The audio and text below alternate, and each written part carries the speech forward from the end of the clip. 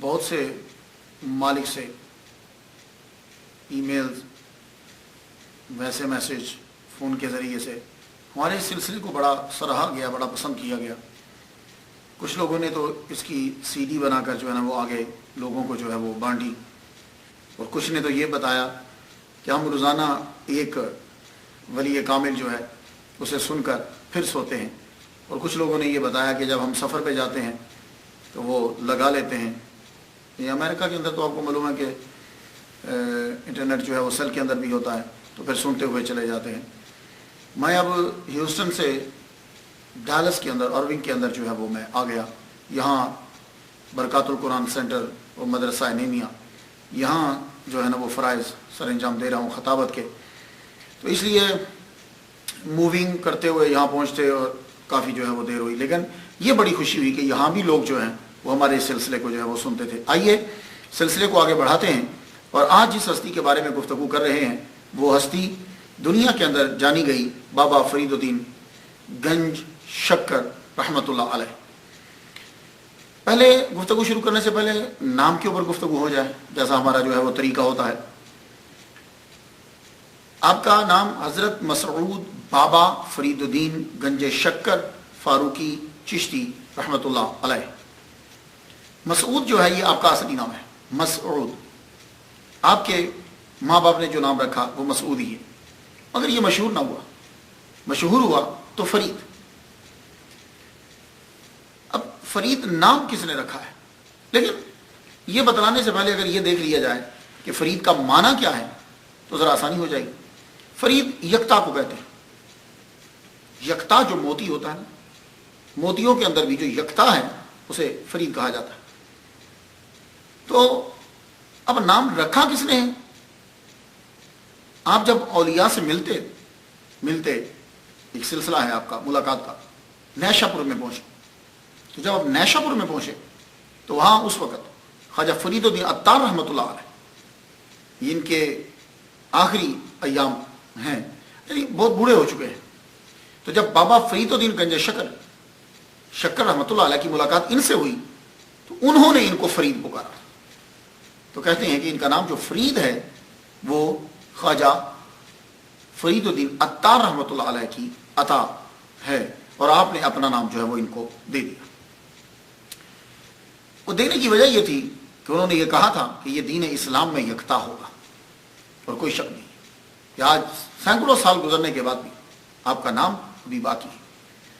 اس کے علاوہ آپ کے نام کے ساتھ بابا لگتا ہے، بابا فرید۔ ویسے تو بابا جب پاکستان کے اندر آپ چلے جائیں تو بوڑھے آدمی کو کہتے ہیں بابا جی، تو یہ فارسی زبان کا لفظ ہے، یہ بابا مطلب ہوتا ہے باپ، بوڑھا۔ کہتے ہیں کہ جب قطب الدین بختیار کاکی رحمۃ اللہ علیہ ملتان میں تشریف لائے تو ملتان سے جب دہلی جا رہے تھے تو آخری ملاقات میں آپ نے ان کو بابا کہہ کر پکارا تھا۔ تو بابا قطب الدین آپ کے پیر و مرشد قطب الدین بختیار کاکی رحمۃ اللہ علیہ سے آپ کو عطا ہوا۔ اس کے علاوہ فاروقی دیکھتے ہیں آپ، تو فاروقی جو ہے وہ اس لیے آپ کے نام کے ساتھ لگتا ہے کہ آپ حضرت عمر فاروق رضی اللہ تعالیٰ عنہ کی اولاد سے، تو فاروقی ہے۔ اور گنج شکر، یہ جسے شکر کہتے ہیں، شکر جو ہے یہ مشہور ہوا، لیکن سوال یہ ہے کہ یہ گنج شکر کس وجہ سے پڑا؟ تو گنج کا معنی، یہ دونوں فارسی کے لفظ ہیں، گنج کا معنی خزانہ ہوتا ہے، اور شکر کا معنی جسے آپ چینی کہتے ہو جدید دور کے اندر۔ ویسے شکر میں اور چینی میں فرق ہوتا ہے، لیکن مطلب یوں ہی آپ کو سمجھا سکتا ہوں۔ تو گنج شکر، شکر کا خزانہ۔ جب کسی کا لقب مشہور ہوتا ہے یا اسے لقب ملتا ہے تو معلوم ہے ریزن کیا ہوتی ہے، یا کثرت یا حضرت۔ کثرت کیا کہ یعنی وہ واقعہ بار بار کسی نہ کسی صورت میں اس سے صادر ہوا یا اس کے ساتھ ہوا، تو یا ان کے پیر و مرشد نے وہ نام ان کے لیے بول دیا، تو یہ دو ریزن ہوتی ہیں کہ وہ ٹائٹل مشہور ہو جاتا ہے۔ آئیے اس تناظر میں دیکھتے ہیں یہ کثرت ہے یا حضرت ہے، کہ آپ کا نام گنج شکر یہ کیوں پڑا؟ سب سے پہلے تو ایک بہت مشہور جو ہے وہ مشہور واقعہ ہے، لیکن اس واقعے کی وجہ سے گنج شکر لقب پڑ جانا کوئی معلوم نہیں ہوتا کہ ریزن یہ کیسے بن سکتی۔ وہ کیا ہے وہ واقعہ وہ جو آپ کی والدہ محترمہ کا ہے. بابا فرید الدین گنج شکر رحمۃ اللہ علیہ جب چھوٹے سے تھے، نماز جب آپ کی نماز کو سمجھنے لگے تو والدہ محترمہ نے نماز کی طرف لگا دی. جب نماز پہ لگایا تو معلوم ہے کہ قرآن مجید اور حدیث مبارکہ دونوں کا یہ طریقہ ہے کہ ابتدائی مراحل کے اندر وہ یہ بتلاتے ہیں کہ دیکھو تم یہ کام کرو تو تمہیں یہ ملے گا. آپ اوابین پڑھیے، 12 سال کی نماز کا ثواب، عبادت کا ثواب ملے گا، پڑھتے ہیں نا. تو قرآن مجید کے اندر اور حدیث مبارکہ کے اندر بھی ہمیں یہ چیز ملتی ہے کہ تم یہ کرو تو تمہیں یہ ملے گا. تو اب جو ذہین ماں باپ ہوتے ہیں، مذہبی ماں باپ ہوتے ہیں، وہ بچے کو عبادت کی عادت ڈالنے کے لیے وہ کوئی نہ کوئی چیز لگا دیتے ہیں کہ بیٹے تم یہ کام کرو تو ہم تمہیں یہ دیں گے. تو بابا فرید الدین گنج شکر رحمۃ اللہ علیہ کی والدہ ماجدہ نے اپنے بچے کو نماز کا عادی بنانے کے لیے کہا کہ بیٹے تم جو نماز پڑھو گے نا تو تمہیں شکر ملے گی. اب بچوں کو میٹھا بڑا پسند ہوتا ہے، یہ صرف امریکہ کے اندر ہی نہیں، پاکستان کے اندر بھی کہیں چلے جائیے، اس میٹھے کی وجہ سے بچے اپنے دانت خراب کر لیتے ہیں. تو میٹھا بچوں کو بہت پسند ہوتا ہے. تو کہا بیٹے تمہیں شکر ملے گی. کہا ٹھیک ہے ماں. تو آپ روزانہ پڑیا بنا کر شکر کی نیچے رکھ دیتے. ایک دن کیا ہوا کہ آپ شکر رکھنا بھول گئی. جب شکر رکھنا بھول گئی تو اس دن جب آپ نماز پڑھنے لگے تو آپ کی عادت تھی، آپ نے مصلی جو ہے وہ اٹھایا، نیچے دیکھا تو شکر ہی شکر تھی. اب یہ جو نیچے شکر ہی شکر تھی، اس کا مطلب کیا نیچے گڑا تھا یا مصلی شکر کے اوپر بچھا ہوا تھا؟ یہ دو چیزیں کہ جب آپ نے مصلی اٹھایا تو کیا نیچے گڑا نظر آیا کہ شکر کا بھرا پڑا تھا، اور یا یہ کہ آپ کو مصلی کے نیچے جو روٹین کی شکر ملتی تھی اس سے زیادہ شکر پڑی ہوئی تھی. تو میرا خیال ہے کہ یہ ہے کہ روٹین سے جو شکر ملتی تھی اس سے زیادہ پڑی ہوئی تھی یا وہی شکر پڑی ہوئی تھی. دونوں دیکھیے ہر صورت میں کرامت ہی ہے کہ اگر روٹین کی شکر بھی پڑی ہو تو بھی کرامت ہے، اگر روٹین سے زیادہ، معمول سے زیادہ شکر پڑی ہے تو بھی کرامت ہے. تو جب آپ کو شکر مل گئی تو بعد میں والدہ ماجدہ کو پتا چلا کہ وہ میں تو شکر رکھنا بھول گئی تھی. تو بیٹے سے پوچھتی ہیں بیٹے تو نے نماز پڑھی؟ کہا ہاں ماں میں نے نماز پڑھی، شکر بھی لے لی میں نے. تو پھر انہوں نے اس وقت رب کا شکر ادا کیا.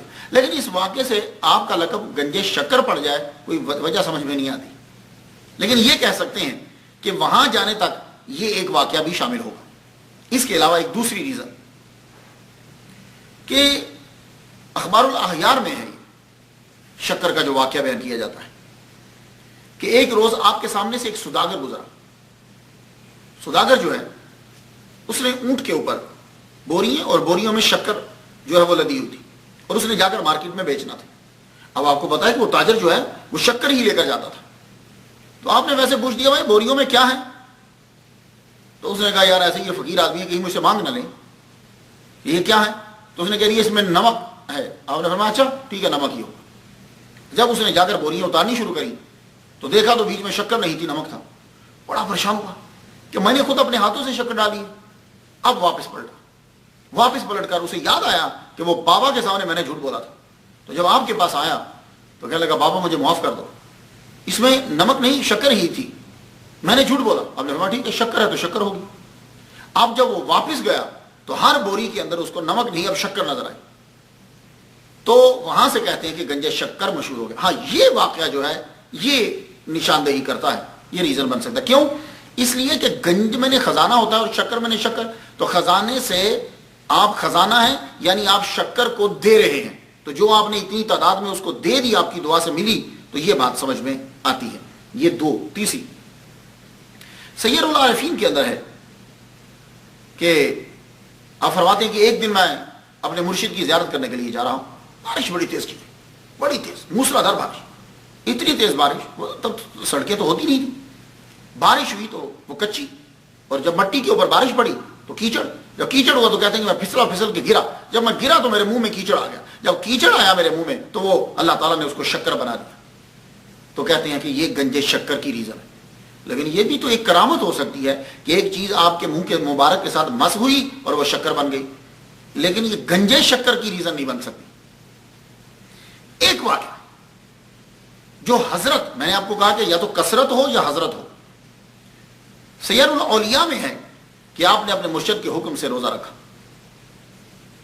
تیسرے دن افطار کرنا تھا اور حکم تھا کہ جو غیب سے ملے اس سے افطار کر لیں۔ تو افطاری کے وقت ایک آدمی آیا، چند روٹیاں لے کر آیا، تو آپ نے وہ جو طے کا روزہ تھا، آپ نے جب کھایا تو ایک دم سے پیٹ میں درد ہوئی، کیا کر، اس کے بعد پھر دوبارہ کچھ کھائے بنا پھر روزہ رکھنا پڑا۔ تو جب 6 دن گزر جاتے ہیں تو آپ غیب سے جو ملے گا وہ آپ کھائیں گے۔ تو نڈھال ہو کے نیچے گر گئے، کچھ ملا ہی نہیں۔ اب اتنے نڈھال ہوئے کہ یوں ہاتھ مارا اور ہاتھ میں کنکر آئے اور آپ نے پکڑ کر وہ اپنے منہ میں ڈالی، منہ میں ڈالے تو ایسا لگا جیسے مکھانے کبھی دیکھے آپ نے، وہ گول گول میٹھے میٹھے ہوتے، ایسا لگا جیسے وہ ہیں، ہم نے ایک دم سے باہر نکالا۔ پھر بھوک کی شدت کی وجہ سے پھر منہ میں کنکر ڈال لی، وہ پھر میٹھے ہو گئے، پھر آپ نے نکالے، پھر تیسری مرتبہ جب ڈالا تو کہا لگتا ہے کہ یہی غیب سے میرے لیے ہے، تو آپ نے اسے کھا لیا۔ تو مرشد جب تشریف لائے، مرشد نے آپ نے پوچھا کہ کیا ہوا، تو آپ نے روح داد بتائی کہ میرے ساتھ یہ ہوا۔ تو آپ نے فرمایا جاؤ تم شکر کی طرح میٹھے بن جاؤ۔ جب وہاں سے باہر آئے تو جو شخص آپ کو دیکھتا گنج شکر کہتا، گنج شکر گنج شکر، تو لوگ آپ کو گنج شکر کہتے جب آپ اپنے حجرہ مبارک سے باہر نکلے۔ تو یہ ریزن سالڈ ہے، یہ حضرت نے کہہ دیا، یعنی مرشد نے آپ کو گنج شکر کہہ دیا تو آپ گنج شکر جو ہے وہ مشہور ہو گئے۔ یہ ریزن جو ہے یہ سالڈ لگتی ہے۔ داتا گنج بخش، بابا فرید الدین گنج شکر، جہاں خواجہ معین الدین نے سر جھکایا وہ گنج بخش، اور جس نے خواجہ کے آگے سر جھکایا وہ گنج شکر۔ شکر پہ گفتگو کریں تو کثرت بھی ہے اور حضرت بھی ہے، کہ یعنی بہت سے واقعات ایسے ہیں کہ شکر کا تعلق، شکر کے واقعے کا تعلق آپ کے ساتھ ہوتا ہے، اور پیر و مرشد بھی آپ کو گنج شکر فرماتے ہیں۔ تو یہ کثرت اور حضرت دونوں مل گئے تو گنج شکر ہو گیا۔ اور آج بھی اگر آپ جائیں ان کے مزار پر تو جانتے ہیں کہ وہاں جو تبرک بھی بٹتا ہے وہ کیا ہے، وہ دوسرے تبرکات کے ساتھ یہ شکر ہے۔ میں وہاں جب گیا تو میں شکر لے کر آیا، تو شکر یوں جو ہے وہ بانٹتے ہیں، یوں پھینکتے ہیں لوگ، جو ہے وہ اپنی جھولیوں میں ہاتھوں پہ لے لیتے ہیں، اور آج بھی شکر جو ہے وہ آپ کے دربار پر بطور تبرک جو ہے وہ تقسیم ہوتی ہے۔ لیکن وہ شکر آپ کو میں بتاؤں وہ شکر کیسی ہوتی ہے، وہ یہ ہوتا ہے کہ گڑ جو ہے نا، گڑ کو اگر گڑ تو ڈھیلے کی شکل میں ہوتا ہے نا، تو اگر گڑ کو پیس دیا جائے نا، یوں برابر کر دیا جائے تو وہ جو صورت ہوتی ہے اسے شکر کہتے ہیں۔ یہ وہ چیزیں تھی جو میں نے آپ کو بتائیں، یہاں پہ گفتگو سن لی۔ اب دیکھنا یہ ہے خاندانی پس منظر، کیوں لوگ جو ہیں وہ اسے بہت اچھا مانتے ہیں کہ جس کا خاندان بڑا ٹاپ کا ہو، یا خاندان اگر ٹاپ کا نہ ہو تو لوگ اسے تسلیم نہیں کرتے۔ یہ صرف کتابوں میں اور نعروں میں ملتا ہے کہ جی سب انسان برابر ہوتے ہیں۔ عملی زندگی کے اندر دیکھا جائے تو عملی زندگی میں سعودی عرب میں بھی یہ بات نہیں ملتی، کہ جہاں حضور صلی اللہ علیہ وسلم نے اعلان فرمایا تھا کہ کسی کالے کو گورے پر، کسی گورے کو کالے پر کوئی فضیلت نہیں۔ تو یہ اب چیزیں تو بہت زیادہ پیدا ہو چکی، تقسیم در تقسیم ہے۔ لیکن پھر بھی اللہ تعالیٰ جنہیں چنتا ہے ان کو بہترین خاندان کے اندر بھیجتا ہے۔ تو آئیے بابا فرید الدین گنج شکر رحمۃ اللہ علیہ کے خاندان کا پس منظر دیکھیے۔ بابا فرید الدین گنج شکر رحمۃ اللہ کے آباء و اجداد کابل کی رائل فیملی سے تعلق رکھتے ہیں۔ یا یہ آپ جو سمجھتے ہو نا کہ غریب غربا، نا دین پھیلتا ہے، ہر قسم کی پاور کے ساتھ دین پھیلتا ہے۔ آپ رائل فیملی سے تعلق رکھتے ہیں۔ سیر الاولیاء کے مصنف پیر سید محمد کرمانی جو آپ کے مرید ہیں، انہوں نے شجرہ تحریر کیا، اور اس شجرہ کے اندر فرخ شاہ عادل کا نام لیا ہے، اور یہ کابل کے بادشاہ رہے۔ فرخ شاہ کابلی کی سلطنت پہ شاہ غزنی نے حملہ کیا تو سلطنت ان کے ہاتھ سے جاتی رہی۔ اب جب ہم تاریخ میں جاتے ہیں تو یوں لگتا ہے کہ جیسے چنگیز خان نے جب حملہ کیا تھا تو اس کی جب تباہی ہوئی تھی تو آپ کے پر دادا یعنی دادا کے ابا شیخ احمد رحمت اللہ علیہ شہید ہو گئے، تو بابا فرید کے دادا حضرت شیخ شعیب اپنی فیملی کے ساتھ ہجرت کر کے لاہور تشریف لے آئے۔ تو جب یہ لاہور تشریف لاتے ہیں تو بابا فرید الدین گنج شکر رحمت اللہ کی فیملی کوئی عام فیملی تو نہیں ہے، تو افغانستان کابل کے اندر بھی وہ رائل فیملی ہے۔ تو آپ کیا سمجھتے ہیں کہ یہاں معلوم نہیں ہوگا کسی کو؟ تو آپ کے دادا جو ہیں حضرت شیخ شعیب رحمت اللہ علیہ، وہ جب تشریف لائے تو کچھ دیر انہوں نے لاہور میں قیام کیا۔ لاہور کے بعد پھر وہ قصور کی جانب بڑھے، تو جب وہ قصور کی طرف روانہ ہوئے تو وہاں کا قاضی آپ کے مرتبے کو جانتا تھا، تو اس قاضی نے آپ کا استقبال کیا اور بڑے عزت و احترام کے ساتھ آپ کو رکھا۔ اور اس کی وجہ یہ ہے کہ ایک اور بھی وجہ ہے تو صرف اتنا ہی نہیں کہ آپ رائل فیملی سے تعلق رکھتے ہیں، بلکہ سلطان محمود غزنوی جو ہے اس نے اپنی بہن کا نکاح ان کے ساتھ کیا تھا، شیخ شعیب رحمۃ اللہ علیہ کے ساتھ، یہ بھی کتابوں کے اندر لکھا ہو۔ تو یہ جب یہاں تشریح، اب یہاں ایک چیز میں جب کتابیں پڑھ رہا ہوتا ہوں تو آپ کو معلوم ہے کہ جب مریدین اپنے پیر صاحب کے بارے میں کتاب لکھتے ہیں تو وہ جو واقعہ ملتا ہے وہ لکھ دیتے ہیں کہ شان ذرا اور بڑھ جائے گی، جبکہ ان کو ان چیزوں کی ضرورت نہیں ہوتی۔ ہاں یہ بات یاد رکھیے گا، اللہ تعالیٰ نے ان کے اندر جو خوبیاں پیدا کی ہیں وہ بہت کافی ہوتی ہیں، کہ بجائے کہ ہم ساتھ میں اور ملاتے جائیں۔ کہتے ہیں کہ سلطان شہاب الدین غوری کی حکومت تھی، اس کا دور حکومت میں آپ کوتھوال میں آئے تو آپ کو قاضی بنا دیا گیا، لیکن یہ دادا کے متعلق ٹھیک نہیں لگتا مجھے۔ کیوں؟ اس لیے کہ شہاب الدین 1181 میں اس نے لاہور پر قبضہ کیا، 1181 میں، تو دادا کو کیسے قاضی بنا دے گا؟ ہاں یہ ہو سکتا ہے کہ بابا فرید کے جو ابا ہیں ان کو قاضی بنایا ہو، یہ ہو سکتا ہے، لیکن ضروری ہے کہ ہو سکتا ہے کہ بادشاہ کا نام لکھنے میں غلطی ہوگی اور آپ کو قاضی بنا دیا گیا، اور آپ کے دادا بھی، پردادا بھی قاضی، دادا بھی قاضی ہوں، تو نام میں مسئلہ بن گیا ہو، لیکن آپ کو عہدہ قضا جو ہے وہ عطا کر دیا گیا ہو، اب جج لگے ہوں آپ کے ابا اور آپ کے دادا۔ تو دادا تشریف لائے تو بابا کے والد ماجد کی ولادت جو ہے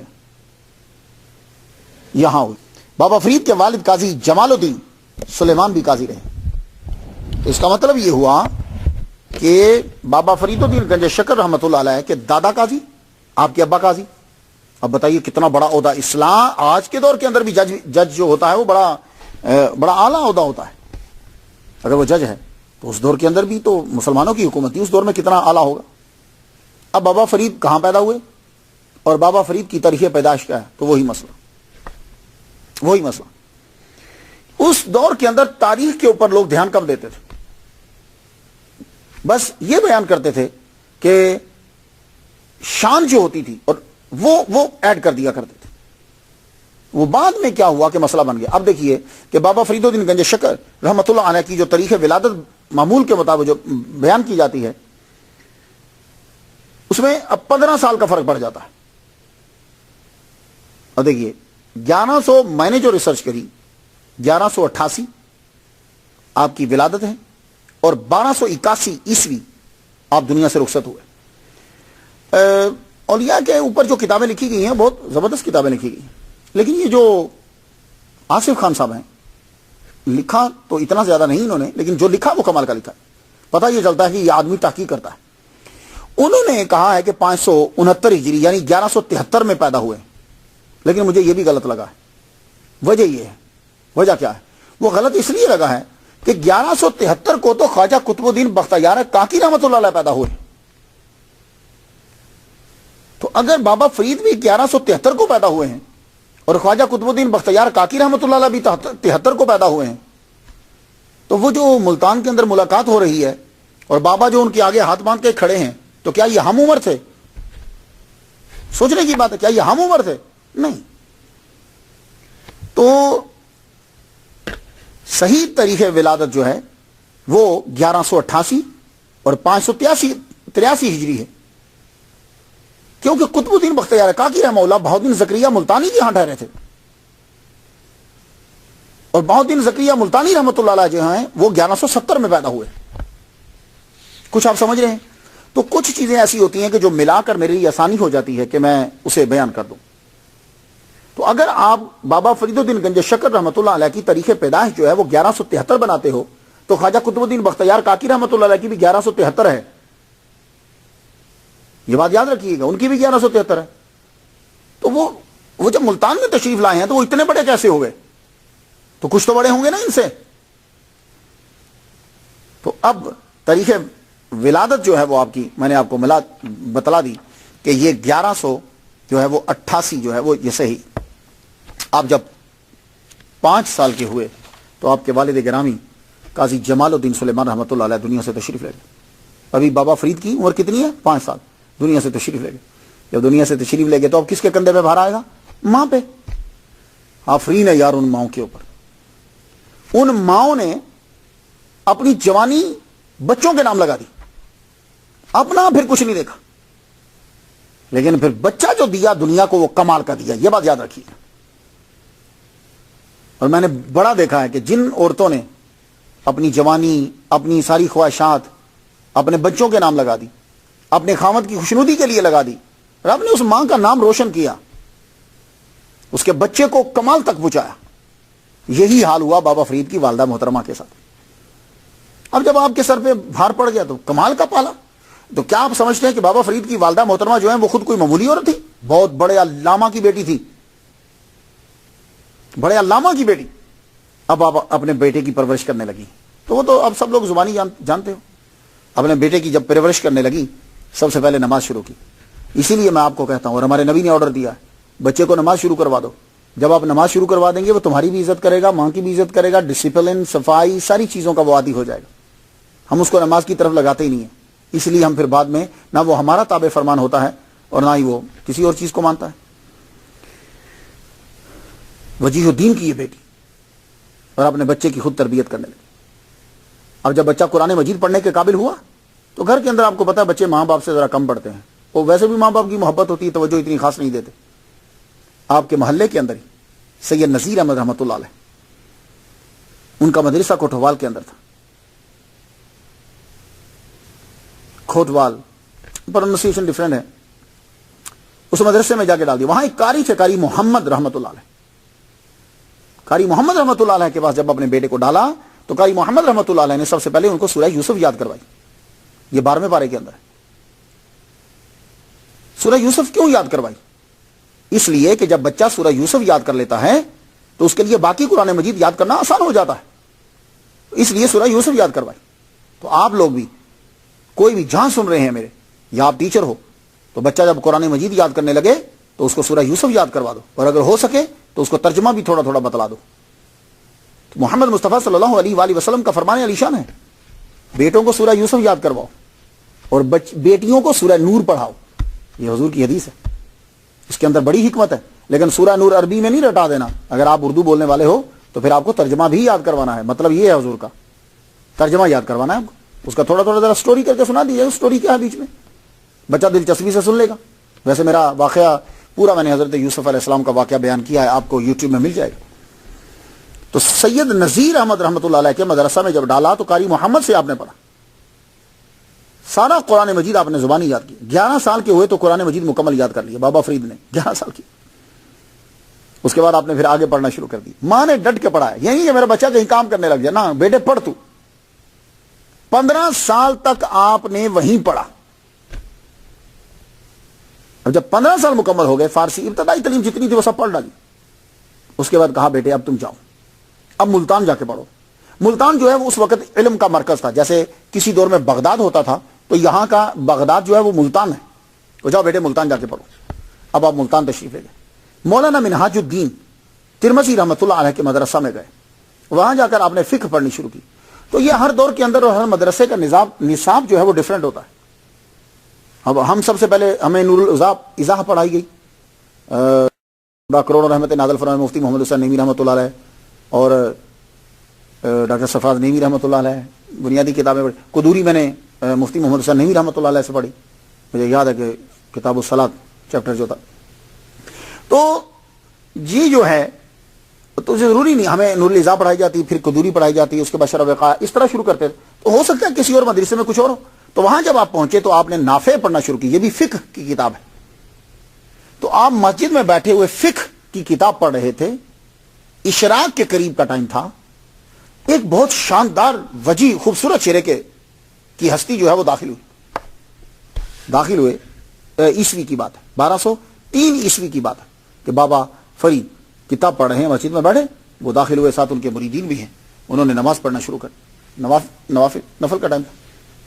بابا فرید نے چہرہ ان کا دیکھا. تو چہرے جو ہوتے ہیں نا, face is the index of the mind, چہرے ضمیر کا آئینہ ہوتے. چہرہ بتاتا ہے کہ یہ آدمی کیا ہے. آپ ایک دم سے کھڑے ہو گئے. جب تک وہ نفل پڑھتے رہے آپ ان کے قریب کھڑے رہے, اور جب وہ نفل پڑھ چکے تو انہوں نے یوں دیکھا. جب دیکھا تو بیٹے کیا پڑھ رہے ہو؟ کہا جی نافع. کیا لفظوں کا ملاپ تھا. تو کہا بیٹے یہ تمہیں نفع دے گی؟ ہائے ہائے آگے سے جواب سمجھ کیجیے. کہنے لگے حضور آپ کی نظر ہو جائے تو نفع مل جائے گا. آپ کی نظر ہو جائے، اسی لیے کہتے ہیں بچوں کو ادب سکھایا کرو. آپ کی نظر ہو جائے تو نفع ہوگا. یہ کہتے ہوئے قدموں میں گر گئے، قدموں میں گر گئے. آپ نے پکڑ کر اٹھایا اور فرمایا اٹھو، ہمارا نام بختیار ہے. کاکی تو بعد میں مشہور ہے نا، ہمارا نام بختیار ہے، ہم بہاؤدین زکریا کے ہاں ٹھہرے ہوئے ہیں. اس وقت بہاؤدین زکریا ملتانی رحمۃ اللہ کی عمر مبارک جو ہے کہتے ہیں کہ 36 سال کے قریب تھی. اب یہ بھی فرق پڑ سکتا ہے آپ کی. اب دیکھیے میں جو بھی آپ کو تحقیق دیتا ہے نا، میں اس کو غلط نہیں کہتا. معلوم ہے کیوں؟ ہو سکتا ہے کہ میں نے 4-5 کتابیں جن کی اسٹڈی کیا اس کا رزلٹ یہ نکلا ہو، اور ایک کتاب جس کے اندر کچھ تحقیق زیادہ ہو وہ مجھ سے رہ گئی ہو. تو اس لیے میں جو بھی محقق جائے، ظاہر ہے کہ جس نے کتاب لکھی ہو یا تقریر کی ہو، میں اس کو غلط نہیں کہتا کہ اس بیچارے نے اپنی بساط کے مطابق اس نے فل ریسرچ کیا، فل تحقیق کی. یا اب یہ ہو سکتا ہے کہ اس کے تحقیق کرنے کے یہی طریقہ، جو چیزیں اس کے پاس تھیں یا جو ذرائع تھے اس نے اس کے مطابق صحیح کر دیے، وہ دوسرا ذریعہ اسے مس ہو گیا. فرید الدین گنج شکر رحمۃ اللہ علیہ رات بڑی مشکل سے گزاری. صبح ہی بہاؤدین زکریا ملتانی رحمۃ اللہ علیہ کی خانقاہ میں پہنچ کے گھر میں پہنچ گئے. آگے تو رش لگا ہوا. اب اس لڑکے کو کیسے جانے دیں گے؟ اسے کیسے جانے دیں گے؟ کہا ہاں باہر رکے، دربار نے جانے نہ دیا. تو کہا مجھے ملنا ہے. کہا نہیں تم نہیں مل سکتے. کہا تم یہ کام کر سکتے ہو کیا؟ اندر جا کے یہ بتا دو کہ مسعود آیا ہے. وہ 1-2 دفعہ جب کہا نا تو دربار نے تنگ آ کے اندر چلا گیا. کہنے لگا حضور باہر ایک لڑکا مسعود آیا ہے. تو قطب الدین بختیار کاکی رحمۃ اللہ علیہ کہنے لگے اسی کا تو انتظار تھا، بھیجو اندر. اللہ اکبر. آپ اندر گئے. اندر جب پہنچے تو جب تک پھر قطب الدین بختیار کاکی رحمۃ اللہ ملتان میں رہے، بابا فرید ان کے ساتھ ساتھ رہے. یہ بزرگان دین پیشانی پہ پڑھ لیتے ہیں کیا لکھا ہوا، ساتھ ہی ساتھ رہے. اب جب قطب الدین بختیار کاکی رحمۃ اللہ علیہ دہلی روانہ ہونے لگے تو بابا نے چاہا کہ میں بھی ساتھ جاؤں. تو کہنے رکو بابا، تم رکو، ہائے تم رکو، تم اب مزید علم حاصل کرو اور تعلیم مکمل کرنے کے بعد دہلی آ جانا. بھائی اتنا کہہ کے آپ روانہ ہو گئے. آپ نے 4 سال مزید تعلیم حاصل کی ملتان کے اندر. 15-4-19. تو 4 سال تعلیم حاصل کرنے کے بعد اب آپ کندھار چلے گئے. اس وقت انہی جگہوں پہ علم ہوا کرتا تھا، بخارا،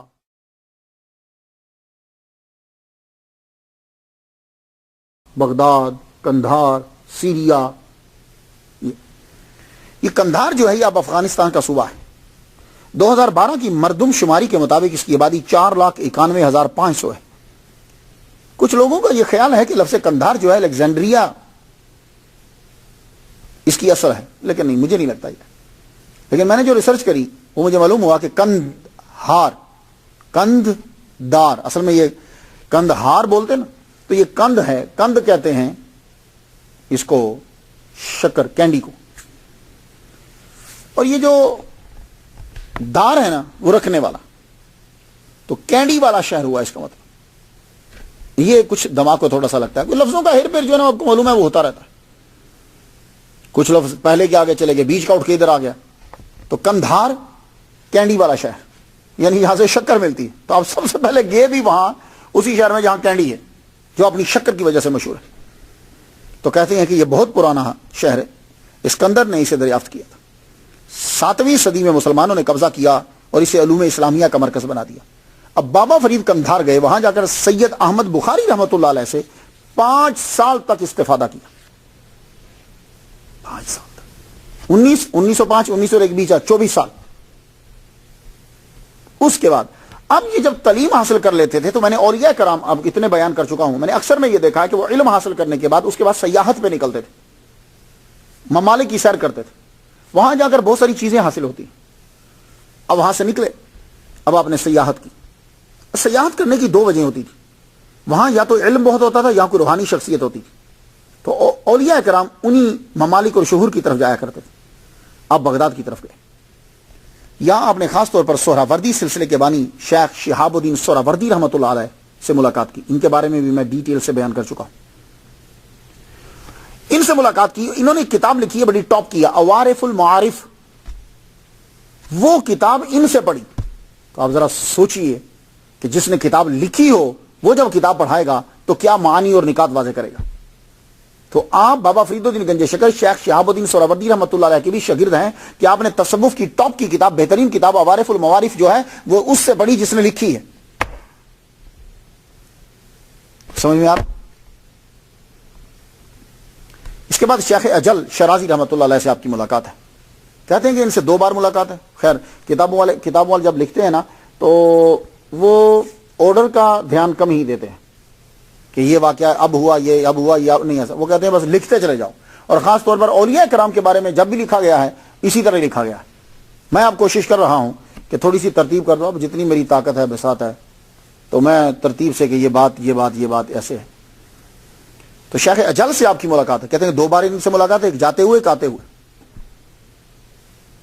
ان سے جب آپ ملے ہو, یہ عمرا اور حکما کو ملنا پسند نہیں کرتے تھے,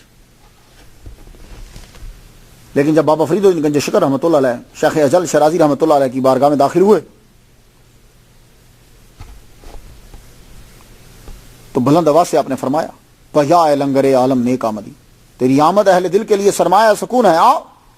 آپ 1 ماہ تک ان کی محفل میں رہے, ان سے بہت کچھ سیکھا. ایک دن بابا نے ان سے پوچھا درویش کون ہوتا ہے؟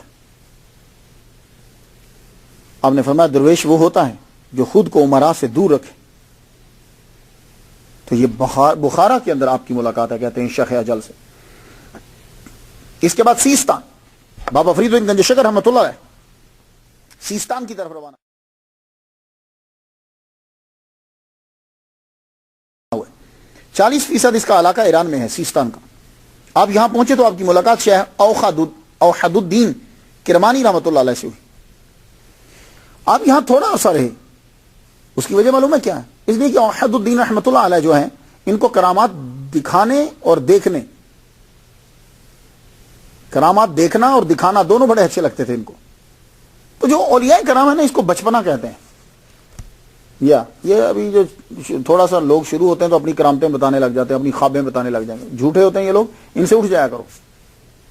یہ بات یاد رکھنا, جو آپ کو چھوٹی چھوٹی چیزیں بتانے لگے, میں یہ کیا, میں نے وہ کیا, یہ تصوف کے اندر نہیں چلتا. یہ بات یاد رکھیے گا.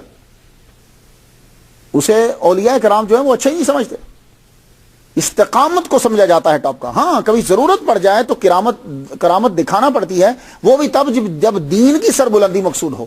یہ بات یاد رکھیے گا. بندوں کو قائل کرنے کے لیے, اپنا گرویدہ بنانے کے لیے تصوف کے اندر نہیں دکھایا جاتا. لیکن آج کل لوگ ہیں تھوڑی سی چیز حاصل کرنے کے بعد لوگوں کو بتانا, مجھے رات کو خواب آئی حضور پاک مجھے ملے. تو کیوں بتا رہا ہے؟ تو بھائی تو کیوں بتا رہا ہے؟ تو آپ وہاں سے اٹھ گئے. اس کے بعد آپ بدخشاں گئے, بابا فرید الدین گنج شکر بدخشاں. یہ افغانستان کا صوبہ ہے بدخشاں. 2012 کی مردم شماری ہوئی تو اس میں 9,04,700 لوگ تھے. آپ یہاں پہنچے تو آپ کی ملاقات شیخ عبد الواحد رحمۃ اللہ علیہ سے آپ کی ملاقات ہوتی. یہ شیخ عبد الواحد رحمۃ اللہ علیہ ایک غار کے اندر گوشہ نشین تھے, اور جب کوئی دعا کے لیے آپ کے پاس آتا تو فرماتے کب تک اس مردار دنیا کے پیچھے بھاگو گے, اسے چھوڑو, کچھ آخرت کے لیے کرو. مگر جب بابا فرید الدین گنج شکر رحمۃ اللہ علیہ ملنے کے لیے آئے, یہ ڈرتے ڈرتے غار کے دہانے میں پاؤں رکھا تو قدم رکھا ہی تھا تو آپ پکار اٹھے, اے سوختہ عشق درا تجھ پر میرے دروازے کھلے. آپ نے آگے بڑھنا چاہا تو فرمایا رک جاؤ, آگے مت بڑھنا, جل جاؤ گے. تو آپ پیچھے ہٹنے لگے تو فرمانے لگے جانا بھی نہ, جا نہیں پاؤ گے, رک جاؤ, بیٹھ جاؤ, تم میرے مہمان ہو مگر ہم میزبانی خاک سے کرتے ہیں, خود جو خاک ہوئے. بابا فرید گنج شکر رحمۃ اللہ علیہ نے ان سے عشق حقیقی سیکھا. یہ حضرت ذوالنون مصری رحمۃ اللہ علیہ کے مرید تھے. 70 سال سے اس غار کے اندر تھے, غار سے باہر نہیں نکلتے. تو بابا فرید الدین گنج شکر رحمۃ اللہ علیہ خصوصی طور پر ان کو ملنے کے لیے گئے. تو خود ہی بتانے لگے، کہنے لگے 70 سال سے اس غار میں ہوں، جانتے ہو کیوں؟ کہنے لگے میں اس غار کے اندر اللہ تعالیٰ کی عبادت کر رہا تھا، ایک مرتبہ ایک عورت آئی دعا کے لیے، وہ عورت دعا کر کے جانے لگی تو میں بھی اس کے پیچھے چل پڑا، ایسے ہی من میں آیا کہ مجھے بھی چاہیے کہ میں جاؤں، شادی کروں، میرے بھی بچے ہوں۔ تو کہتے ہیں کہ میں نے ایک پاؤں ابھی غار کے دہانے سے باہر رکھا تو آواز آئی، یہ کیسا عشق، دعویٰ ہم سے محبت کا اور چلے دنیا اپنانے۔ کہنے لگے وہی میں نے پاؤں اندر لیا تو اندر بیٹھ کر میں نے اپنی پوری ٹانگ کاٹ ڈالی۔ کہتے ہیں 30 سال سے ندامت میں ہوں، 30 سال ہو گئے ہیں مجھے، یہ پوری ٹانگ میں نے کاٹ ڈالی کہ یہ دنیا کی طرف لے کر گئی تھی، اور میں ندامت میں ہوں، میں اپنے اللہ کو منہ کیا دکھاؤں۔ سنا آپ نے، ہم نہ جانے کتنے گناہ کرتے رہتے ہیں، کتنے جرم کر دیتے ہیں، کتنے جرم کر، اور وہ 30 سال سے اس بات میں۔ اور پھر بولے بابا دیکھ میں رو رہا ہوں، میں 30 سال سے رو، 30 ایئرس میں 30 سال سے رو رہا ہوں، اللہ کو کیا منہ دکھاؤں گا۔ بابا فرید بھی بڑے روئے۔ آپ ان کے پاس کچھ روز رہے، ایک دن اجازت چاہیے کہ میں اب جانا چاہتا ہوں۔ فرمانے لگے ہاں تم بھی چھوڑ جاؤ گے، لیکن نہیں تمہیں جانا ہے۔ کیوں؟ ابھی تو تیرے سفر عشق کا آغاز ہوا ہے، ٹھیک، ہماری قسمت میں جدائی ہے۔ اچھا تو اس طرح کر، ایک روز ایک رات اور رک جاؤ۔ آپ رات رکے، صبح اجازت چاہی تو آپ نے اپنی بیساکھی لی اور آپ اٹھے۔ فرمانے لگے اب میں تمہیں اجازت دیتا ہوں کہ تم میرے قریب آ جاؤ۔ بابا فرید الدین گنج شکر رحمۃ اللہ ان کے قریب گئے، سینے سے لگا۔ بابا فرید فرماتے ہیں سینے سے لگانا تھا، مجھے ایسے لگا جیسے میری پوری باڈی کے اندر آگ چلی گئی ہے، سارا جسم جل گیا ہے۔ آپ نے بہت ساری دعائیں دی اور کہا مجھے ضرور یاد رکھنا، اور ایک نصیحت کی، بابا گوشہ نشینی اختیار نہ کرنا، بندگان خدا کا ہجوم تجھ سے فیض یاب ہوگا، تو جا کے کمرے میں مت بیٹھ جانا کہ یہ سمجھے کہ شاید بابا سے ملا ہوں تو میں بھی اس طرح کروں، نہیں۔ اس کے بعد پھر آپ چشت روانہ ہو۔ یہ چشت یہ ایک ٹاؤن ہے، کس کا؟ ہرات صوبے کا، یہ ملک افغانستان کے اندر ہے اب بھی۔ یہاں آپ نے حضرت ابو یوسف چشتی رحمۃ اللہ علیہ کے مزار پر حاضری دی، وہاں آپ کی ملاقات بہت سے سلسلہ چشت کے بہت سارے صوفیہ کرام سے آپ کی ملاقات ہوئی۔ میں آپ کو ایک واقعہ بتا دیتا ہوں۔ آپ کی ملاقات جب ہوئی، صوفیہ کا گروپ جو ہے وہ بیٹھا ہوا ہے، تو ایک بزرگ آئے، بڑی عمر کے تھے، کہنے لگے، درویش صاحب بیٹھے ہوتے، کہنے لگے کہ میں نے آج خواب دیکھا ہے کہ میں مر گیا ہوں اور میری روح شدید اضطراب میں ہے۔ یہ انہوں نے جب خواب بیان کیا تو جتنے بھی لوگ بیٹھے ہوتے ہر ایک نے اپنی بساط کے مطابق جو علم تھا انہیں، یہ اس کی تعبیر یہ ہے، اس کی تعبیر یہ ہے۔ بابا فرید الدین گنج شکر رحمۃ اللہ علیہ بھی بیچ میں بیٹھے ہوئے تھے۔ فرمانے لگے میرا علم کم ہے، عمر بھی کم ہے آپ سے، لیکن میں خواب کی تعبیر بتاؤں؟ سب حیران رہ گئے، کہنے لگے ہاں آپ بتا دیجیے۔ تو بابا فرید الدین گنج شکر رحمۃ اللہ علیہ نے فرمایا لگتا ہے آپ کی فجر کی نماز قضا ہو گئی ہے۔ اللہ اکبر جل شانہ، سکوت چھا گیا، سکوت چھا گیا پوری محفل کے اوپر۔ تو بابا فرید کہنے لگے لگتا ہے آپ کی فجر کی نماز قضا ہو گئی ہے، یہ ہے اس خواب کی تعبیر۔ تو سکوت کو توڑا کس نے؟ جس نے خواب دیکھا، کہنے لگے ہاں واقعی میں جب خواب دیکھ رہا تھا تو خواب میں اسی طرح دیکھ رہا ہوں، میں مر گیا ہوں، میری روح شدید اضطراب میں ہے۔ تو جب میں اٹھا میری آنکھ کھلی تو دیکھا کہ سورج نکل چکا تھا۔ اللہ اکبر جل شانہ۔ تو بابا فرید نے فرمایا کہ نماز کا قضا ہو جانا بھی مسلمان کے لیے موت ہے۔ یہ ہے اولیاء کرام کے ساتھ بیٹھنا، ان کے واقعات سننے کا، کہ نماز کا قضا ہو جانا فوت نہیں، قضا ہو جانا بھی اس کے لیے موت ہے۔ آپ کی گفتگو سن کر تمام متاثر ہوئے اور سب نے دعا دی، اور سب بولے یہ نوجوان بہت جلد افق معرفت پر خورشید تابناک بن کر ابھرے گا۔ اس کے بعد آپ دمشق گئے، دمشق سیریا، یہاں بھی آپ ملے بہت سے اولیاء کرام سے۔ اس کے بعد آپ پیلسٹائن فلسطین میں گئے۔ فلسطین قبلہ اولا ہے، مسجد اقصیٰ کے اندر آپ نے قیام فرمایا، وہاں آپ جھاڑو دیا کرتے تھے، کافی روزہ وہاں رہے۔ اور یہ پیلسٹائن فلسطین مسجد اقصیٰ کے اندر، اب جو جیروسلم ہے، مسجد اقصیٰ کے اندر آپ کے جھاڑو دینے کی عادت پاک پتن میں جب آپ تشریف لے آئے جودن میں، تب بھی ختم نہیں ہوئی۔ یہ ذرا دھیان سے سنیے گا. قبلہ اولا آپ جایا کرتے تھے وہاں. اللہ تعالیٰ نے اس جگہ کو بابرکت کہا کیونکہ انبیاء کی قبور ہے وہاں, اس لیے اولیاء کرام زیادہ وہاں جاتے ہیں. یہ اکتا کب کھلا؟ ایک دفعہ کیا ہوا کہ ایک گروپ جو ہے وہ قلندروں کا, درویشوں کا جو ہے نا, وہ پاک پتن میں پہنچ گیا. خانقاہ کو آپ کی بڑی مشہور تھی. ان گروپ میں سے ایک بندہ نا بار بار یوں دیکھے جائے بابا کو, یوں دیکھے, بابا سر جھکائیں وہ پھر دیکھے, بابا سر جھکائیں وہ پھر دیکھے. تو آپ اس سے پوچھتے تو بار بار کیا دیکھ رہا ہے؟ کہنے لگا بابا اگر میں غلط نہیں نا تو تم وہی ہو نا کہ جو روزانہ جیروسلم مسجد اقصی میں آ کر جھاڑو دیتے ہو, تم وہی ہو نا. آپ چپ کر گئے. کہنے لگا آپ سے میں نے پوچھا تھا جب آپ تم وہاں آتے تھے تو میں نے پوچھا تھا تم کون ہو, تو آپ نے کہا تھا میں شیخ عجودنی ہوں. تو آپ نے فرمایا تم نے بھی تو وعدہ کیا تھا نا کہ میں کسی کو بتاؤں گا نہیں. کہنے لگا حضور بس حیرانی میں بول گیا. تو بابا فرید نے معلوم ہے کیا کہا؟ کہنے لگا یار کیوں پریشان ہوتا تو, مجھے وہاں بیت المقدس میں دیکھ کے تو پریشان ہو رہا ہے. تو میں بتا دوں کہ یہ عرش, کرسی, بیت المقدس, یہ ساری چیزیں, خانہ کعبہ, یہ مدینہ, یہ سب ان کی نظروں کے سامنے ہوتے ہیں. آنکھ بند کر. آنکھ جب اس نے بند کری تو بیت المقدس بالکل اس کے سامنے تھا. وہ نعرہ لگا کے بے ہوش ہو گیا اسی وقت. جب ہوش میں آیا تو آپ کے قدموں میں گر گیا. اس نے آپ کی بایعت کری, آپ نے اس کو فیض دیا. تو فلسطین کے اندر بھی بابا فرید الدین گنج شکر رحمۃ اللہ علیہ نے قیام فرمایا. ایک کتاب والے نے لکھا ہے کہ وہاں بھی آپ کی چلا گاہ ہے. میں نے بڑا تلاش کیا لیکن مجھے کوئی اور ثبوت نہیں ملا. اس کے علاوہ پھر آپ نیشا پور میں دوبارہ ہے. نیشا پور اب ملک ایران میں ہے. نیشا پور میں کچھ بھی نہ ہوتا, صرف شیخ فرید الدین اتار کا وجود ہی کافی تھا.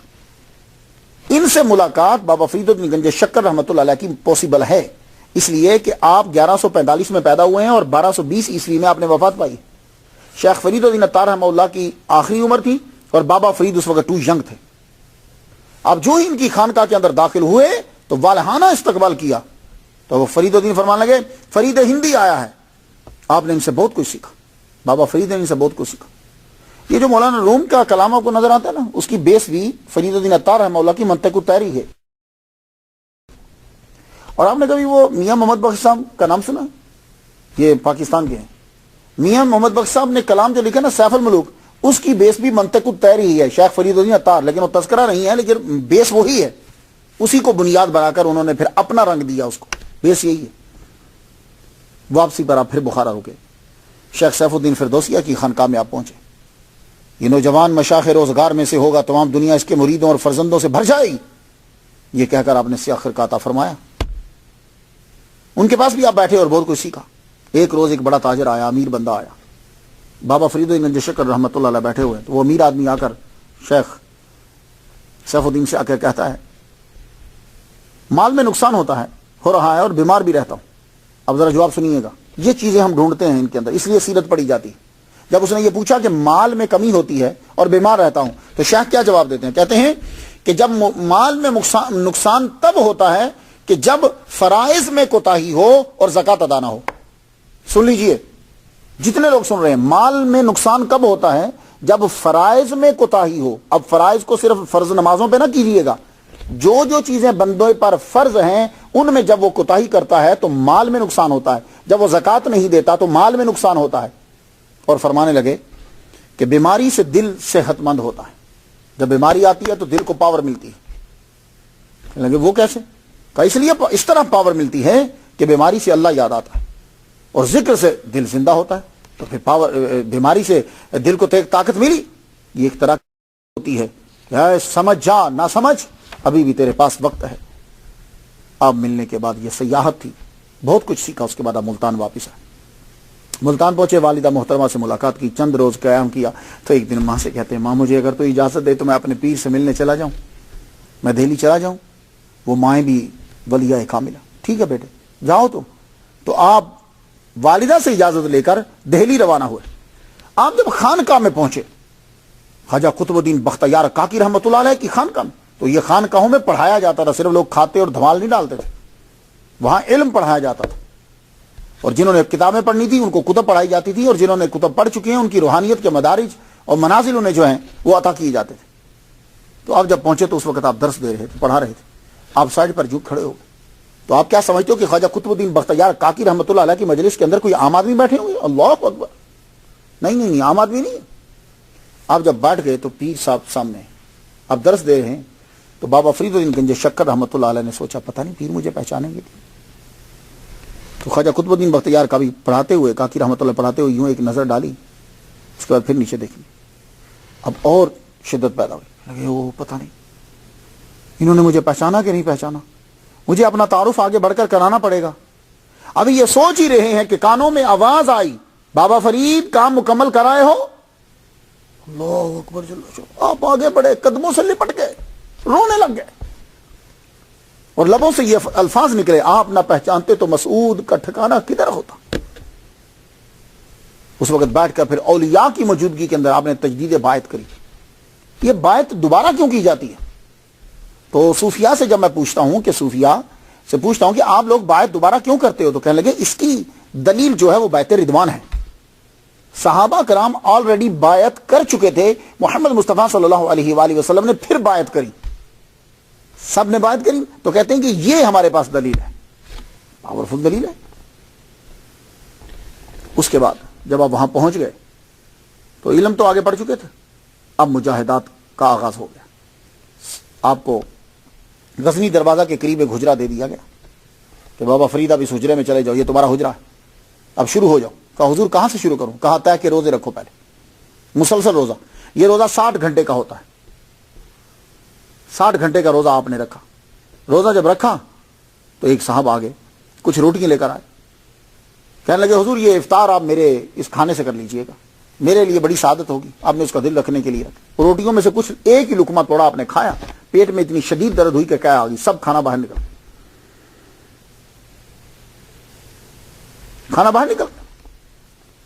اور مرشد جو ہیں وہ 2 دن کے بعد تشریف لاتے تھے. مرشد تشریف لائے، آپ نے آتے ہی پوچھا کیا ہوا؟ تو کہنے لگے کہ وہ کھانا کھایا، ایک ہی لقمہ لیا ہے تو کیا آ گئی. سمجھ لگے اچھا ٹھیک ہے، اچھا ہوا. وہ ایک شرابی آدمی تھا، اس کا کھانا اگر تیرے جزو بدن بن جاتا تو روحانیت میں پرابلم ہوتی. تو اٹس اوکے، یہ صحیح بات ہے، ٹھیک ہے. اب تم پھر روزہ رکھو بنا کھائے، اب جو تمہیں غیب سے ملے گا تم اس کے ساتھ روزہ کھولو گے. یہ جب جملہ کہا، اب 60 گھنٹے تو آگے روزہ رکھ چکے ہیں، اس کے بعد اب اگلا پھر 60 گھنٹے. اب جب روزہ رکھا 60 اور 60 120 گھنٹے گزر گئے تقریباً. 120 گھنٹے کے بعد آپ نے روزہ جب افطار کیا تو چیز کوئی نہیں ہے. آپ نے تو پیر نے تو کہا تھا کہ غیب سے جو ملے گا اس سے روزہ کھول لینا، تو کچھ بھی نہیں آیا. افطاری عشاء کا ٹائم کا گزر گیا. اب ذکر کرتے رہے، اب پیچھے بھی دن ہے، اگلا بھی دن ہے، کھایا کچھ بھی نہیں ہے. شدت سے نڈال ہو کے جب گرے تو آپ نے یوں ہاتھ زمین پہ مارا تو کنکر ہاتھ میں آئے. تو آپ نے کنکر لے کر اپنے منہ میں ڈال لی. جب منہ میں ڈالے تو منہ میں آتے ہی وہ شکر بن گئے. آپ نے 3 بار اس طرح کرا. وہ نکال دیتے تھے، شاید پتہ نہیں یہ بھی کوئی ایسی غیب سے چیز نہ ہو، لیکن جب تیسری بار وہ کنکر میٹھا بن گئے منہ میں جا کر تو سمجھ گئے کہ یہی غیب سے ہے. جب مرشد آئے تو واقعہ سنایا تو آپ نے فرمایا تم گنجے شکر ہو. اب آپ نے طے کے روزے کے بعد 40 دن کا ایک وظیفہ بتایا. تو گنجے شکر جو ہے، میرے تحقیق کے مطابق جو ہے گنجے شکر یہ حضرت مرشد کا عطا کردہ لقب ہے. اور بھی باقی کرامات جو ہیں وہ شکر کے بارے میں آپ کے ساتھ ہیں. تو کثرت اور حضرت دونوں کی وجہ سے آپ کو یہ لقب مل گیا. اس کے بعد 40 دن کا ایک وظیفہ بتائے گا. جو ہی ایک چلہ ختم ہوتا تو دوسرا چلہ شروع ہو جاتا. یہ چلہ ہے کیا؟ آپ نے اکثر سنا ہوگا چلہ کاٹنے جا رہے ہیں، انہوں نے چلہ کاٹا. یہ چلہ اصل میں فارسی زبان کے لفظ چہل سے ہے. چہل 40 کو کہتے ہیں، اسی سے چلہ بنا دیا گیا. لیکن مرور زمانہ یہ چلہ ایک جگہ پر، یعنی ایک کام کوئی مسلسل کچھ دنوں میں کر رہا ہو تو کہتے ہیں یہ چلہ ہے اس کا. کوئی آدمی پھر رہا ہے 3 دن کے لیے نکل گیا 7 دن کہتے چلہ ہے. کوئی آدمی 1 سال کے لیے بیٹھ گیا تو بولے چلہ ہے. لیکن چلہ اصل میں چلہ چہل سے، اور چہل میں 40 ہوتا ہے. اب یہ 40 دن کا کیوں کیا جاتا ہے؟ تو 40 کے عدد کا اسلام کے اندر بڑی اہمیت ہے. 40 کے عدد کی معلوم ہے وہ کیسے؟ موسیٰ علیہ السلام جب پروردگار عالم اللہ تعالیٰ نے بلایا آئے تو اللہ تعالیٰ نے ان سے 40 راتیں جو ہے وہ مانگی. پہلے 30 تھی, اس کے بعد 10 اور اضافہ کیا گیا تو 40 مانگی. تو کوہ طور کے اوپر 40 راتیں آپ نے گزاری. محمد مصطفیٰ صلی اللہ علیہ وآلہ وسلم بھی غار کے اندر جاتے تھے اور کئی روز آپ جو ہے وہ بیٹھے رہتے, اور بی بی خدیجہ الکبریٰ رضی اللہ تعالیٰ عنہا آپ کے لیے کھانا لے کر جاتی تھی. تو یہ چلہ, اب آپ سمجھ گئے ہوں گے اکثر لفظ آپ چلہ سنتے ہیں تو یہ فارسی کے لفظ چہل سے ہے. تو کوئی 40 دن بیٹھے تو بھی چلہ, زائد بیٹھے تو بھی چلہ. تو ایک روز بابا نے عرض کیا, بابا خواجہ قطب الدین بختیار کاکی رحمۃ اللہ سے کہتے ہیں کہ حضور میں دور دور ہی رہتا ہوں. کہا نہیں, یہ دوری نہیں, یہ حضوری. آپ کمزوری سے ہڈیوں کا ڈھانچہ بن گئے.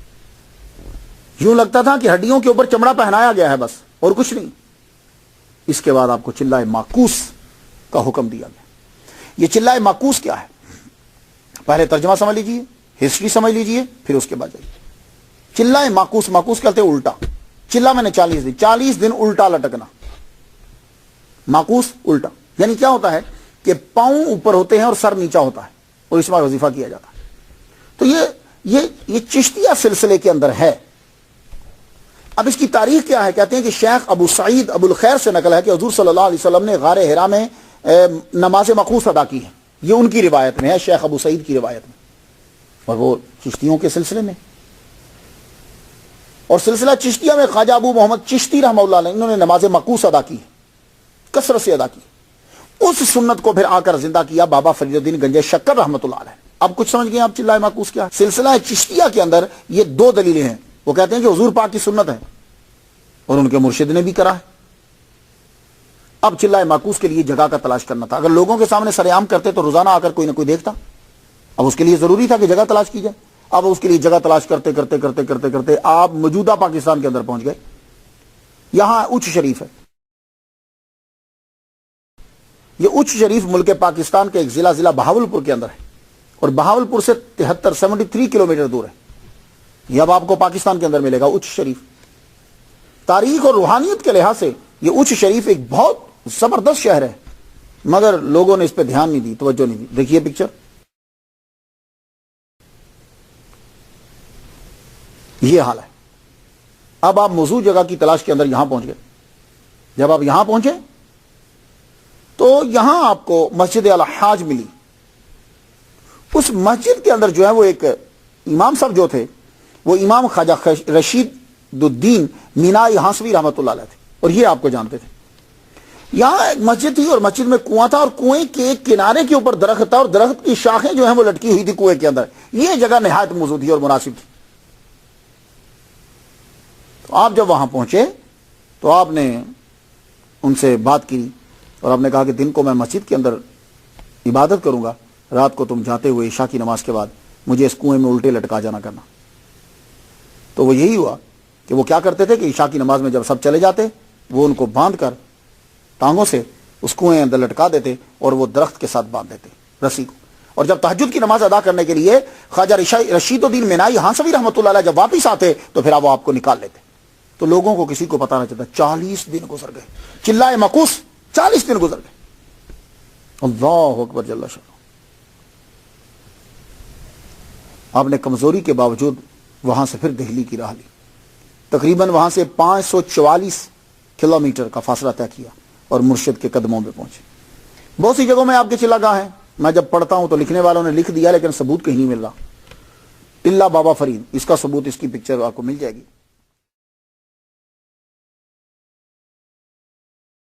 یہ ٹلہ اصل میں چلہ سے ٹلہ بنا ہے. ویسے لفظ چلہ کو ٹلہ بدل دیا. سکھوں نے یہاں گردوارہ بنایا ہے. یہ قلعہ مبارک فرید کوٹ کے قریب ہے, پنجاب انڈیا میں. ان کا عقیدہ ہے کہ یہاں بابا فرید الدین نے 40 دن چلہ کرا تھا پاک پتن جانے سے پہلے. اس لیے اس گردوارہ میں آپ کو بابا فرید الدین گنج شکر رحمۃ اللہ کی تصویر نظر آئے گی. گردوارہ کے اندر, گردوارہ سمجھتے ہیں جو سکھوں کی عبادت گاہ ہے. ضلع بیکانیر راجستھان کے اندر بھی آپ کی چلہ گاہ ہے. شیخو پورہ میں بھی کہتے ہیں, اجھیانی ضلع بدایوں میں بھی کہتے ہیں, سڑک کے کنارے پر چلہ گاہ ہے. فرید پور میں بھی کہتے ہیں, لاہور میں کچہری کے مغربی طرف بھی کہتے ہیں کہ چلہ گاہ یہ بیان کی جاتی. اور انڈیا کے اندر تو آپ لوگوں نے دیکھا ہی 612 ہجری میں انقلاب برپا ہوا. آپ چلے کرتے کرتے مجاہدات کرتے کرتے اس مقام پہ پہنچ گئے. اللہ اکبر کہ نفس مر گیا. 612 ہجری بابا فرید کی عمر 29 سال ہوئی. خواجہ معین الدین اجمیری چشتی رحمۃ اللہ دہلی تشریف لائے. خواجہ قطب الدین بختیار کاکی رحمۃ اللہ علیہ کے ہاں قیام فرمایا. سارا شہر امڑ آیا, بادشاہ کیا, عمرہ کیا, فضلہ کیا, سب کے سب آ گئے. خواجہ معین الدین اجمیری چشتی رحمۃ اللہ علیہ نے اور خواجہ قطب الدین بختیار کاکی رحمۃ اللہ نے اپنے سب مریدوں کو فیض دیا. پیر دادا پیر دونوں دے رہے ہیں. جب سب کو فیض دے چکے تو خواجہ معین الدین اجمیری چشتی رحمۃ اللہ علیہ پوچھتے ہیں بختیار, وہ تم جس کا ذکر کیا کرتے ملایا مجھے, اکثر خط و کتابت تو رہتی تھی نا, وہ جس کا تم ذکر کرتے تھے مسعود کا, فرید کا, اس سے نہیں ملایا تم نے؟ کہا ہاں وہ اپنے حجرے میں ہے اور لگتا ہے کہ وہ اتنا کمزور ہو گیا کہ اٹھ نہیں سکتا. کہنے لگے چلو وہ نہیں آ سکتا تو ہم چلتے ہیں. خواجہ معین الدین اجمیری چشتی رحمۃ اللہ, خواجہ قطب الدین بختیار, روحانیت کے بادشاہ, دونوں بادشاہ بابا فرید کے حجرے میں جا رہے ہیں. کیا مقام ہے یار, کیا مقام ہے. بابا فرید کے حجرے میں خواجہ معین الدین اجمیری چشتی رحمہ اللہ, خواجہ قطب الدین بختیار کاکی رحمہ اللہ, بابا فرید کے حجرے میں. بابا فرید تو ہڈیوں کا ڈھانچہ بن چکے, اپنے پیر کو دیکھا, اٹھنا جب چاہا ایک دم سے دھڑم سے نیچے گرے تو اپنا سر پیر کے قدموں میں رکھا اور ہاتھ خواجہ معین الدین اجمیری چشتی رحمہ اللہ کے پاؤں پہ رکھ دیے. یہ دیکھ رہے ہیں آپ, سر اپنے پیر کے پاؤں میں رکھا اور ہاتھ, یعنی دونوں کو نہیں چھوڑنا. تو خواجہ قطب الدین بختیار کاکی رحمہ اللہ سے خواجہ معین الدین چشتی رحمہ اللہ کہنے لگے کب تک اس سے مجاہدے کرواتے رہو گے, آؤ دونوں پکڑ کر اسے بلند کرتے ہیں. دونوں نے یوں پکڑا, پکڑ کے یوں اٹھایا اور اس وقت آپ نے دعا کری. سلطان الہند نے دایاں اور قطب الدین بختیار کاکی رحمہ اللہ نے بایاں ہاتھ پکڑ اٹھایا تو سلطان الہند نے دعا, یا رب ذوالجلال, چشتیہ سلسلے کو عظمت و بزرگی عطا کرنے والے, اس کو قبول فرما اور درویشی کے کامل درجے تک پہنچا دے. اس دعا کے بعد سلطان الہند نے بابا فرید کو اپنے سینے سے لگا. این جوانی میں آپ کو اللہ نے وہ عطا فرما دیے جو کم ہی لوگوں کو میسر آتا. اس کے بعد آپ نے دہلی میں قیام کرنا شروع کر دیا. اس واقعے کے بعد آپ 10 سال دہلی میں رہے. 622 ہجری تک اس دوران آپ نے مجاہدات کو جاری رکھا, پھر مجاہدے جاری, مگر آپ کے تعلقات جو ہیں وہ وسیع ہوئے. جب آپ سلطان الہند کی خصوصی نظر ہوئی آپ کے اوپر تو ہر ایک کی خصوصی نظر ہوئی, علماء, فضلاء, حتیٰ کہ سلطان شمس الدین التمش بھی آپ سے تعلق رکھنے لگا. شیخ الاسلام نور الدین غزنوی, حضرت شیخ شاہی بدایونی, شیخ جلال الدین تبریزی جیسے جید علماء و صوفیاء آپ کا, ان کے ساتھ آپ کا اٹھنا بیٹھنا رہا اور آپ کی عزت کرتے تھے. آپ ان کے بیانات سنتے, وہ آپ کی گزارشات کو مانتے. جب آپ کی عمر 38 سال ہو گئی تو ایک دن خواجہ قطب الدین بختیار کاکی رحمۃ اللہ علیہ کی محفل میں بیٹھے ہوتا, ہم نے فرمایا بابا فرید, جی حضور مرشد, یار سنت ایک رہ گئی ہے, تم شادی کر لو, اس کو بھی پورا کر دو. 38 سال تک عمر ہو چکی تھی تو شادی کر لو. کہنے لگے پیر مرشد مجھے اپنے بچوں سے ڈر لگتا ہے. کہنے لگے کیا ڈر لگتا ہے؟ کہا اگر بچے جو ہیں وہ صحیح نہ نکلے, اولاد تابع فرمان اور نیک نہ نکلی تو. فرمانے لگے کوئی بات نہیں, وہ ذمہ ہم لیتے ہیں, جو صحیح ہوں گے وہ تیرے, جو برے ہوں گے ہمارے نام لگا دینا. آئے ہائے ہائے, اتنی بڑی گارنٹی کون دے گا؟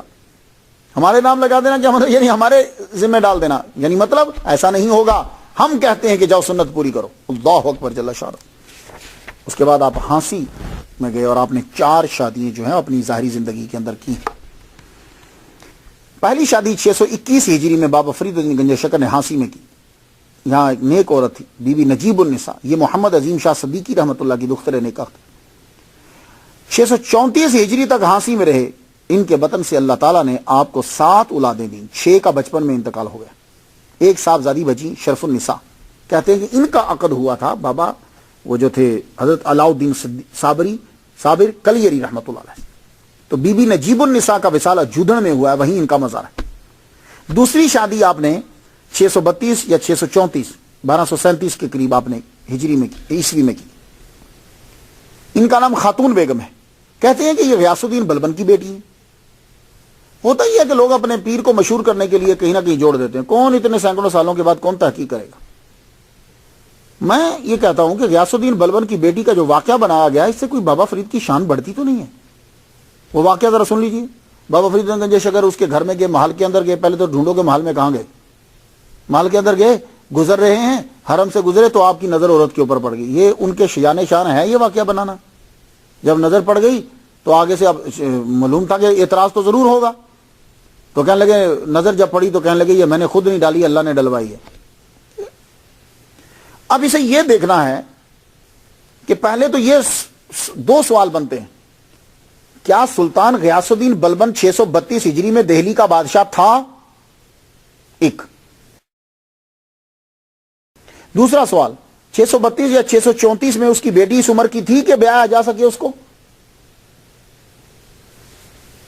پہلی بات تو یہ ہے کہ غیاث الدین بلبن کی بیٹیوں میں سے کوئی اس نام کی بیٹی نہیں جو نام جوڑا جاتا ہے.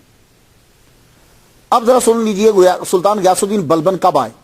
دہلی کے بادشاہ سلطان شمس الدین التمش نے ان کو 628 ہجری میں یعنی 1231 میں بخارا کے تاجروں سے خریدا تھا.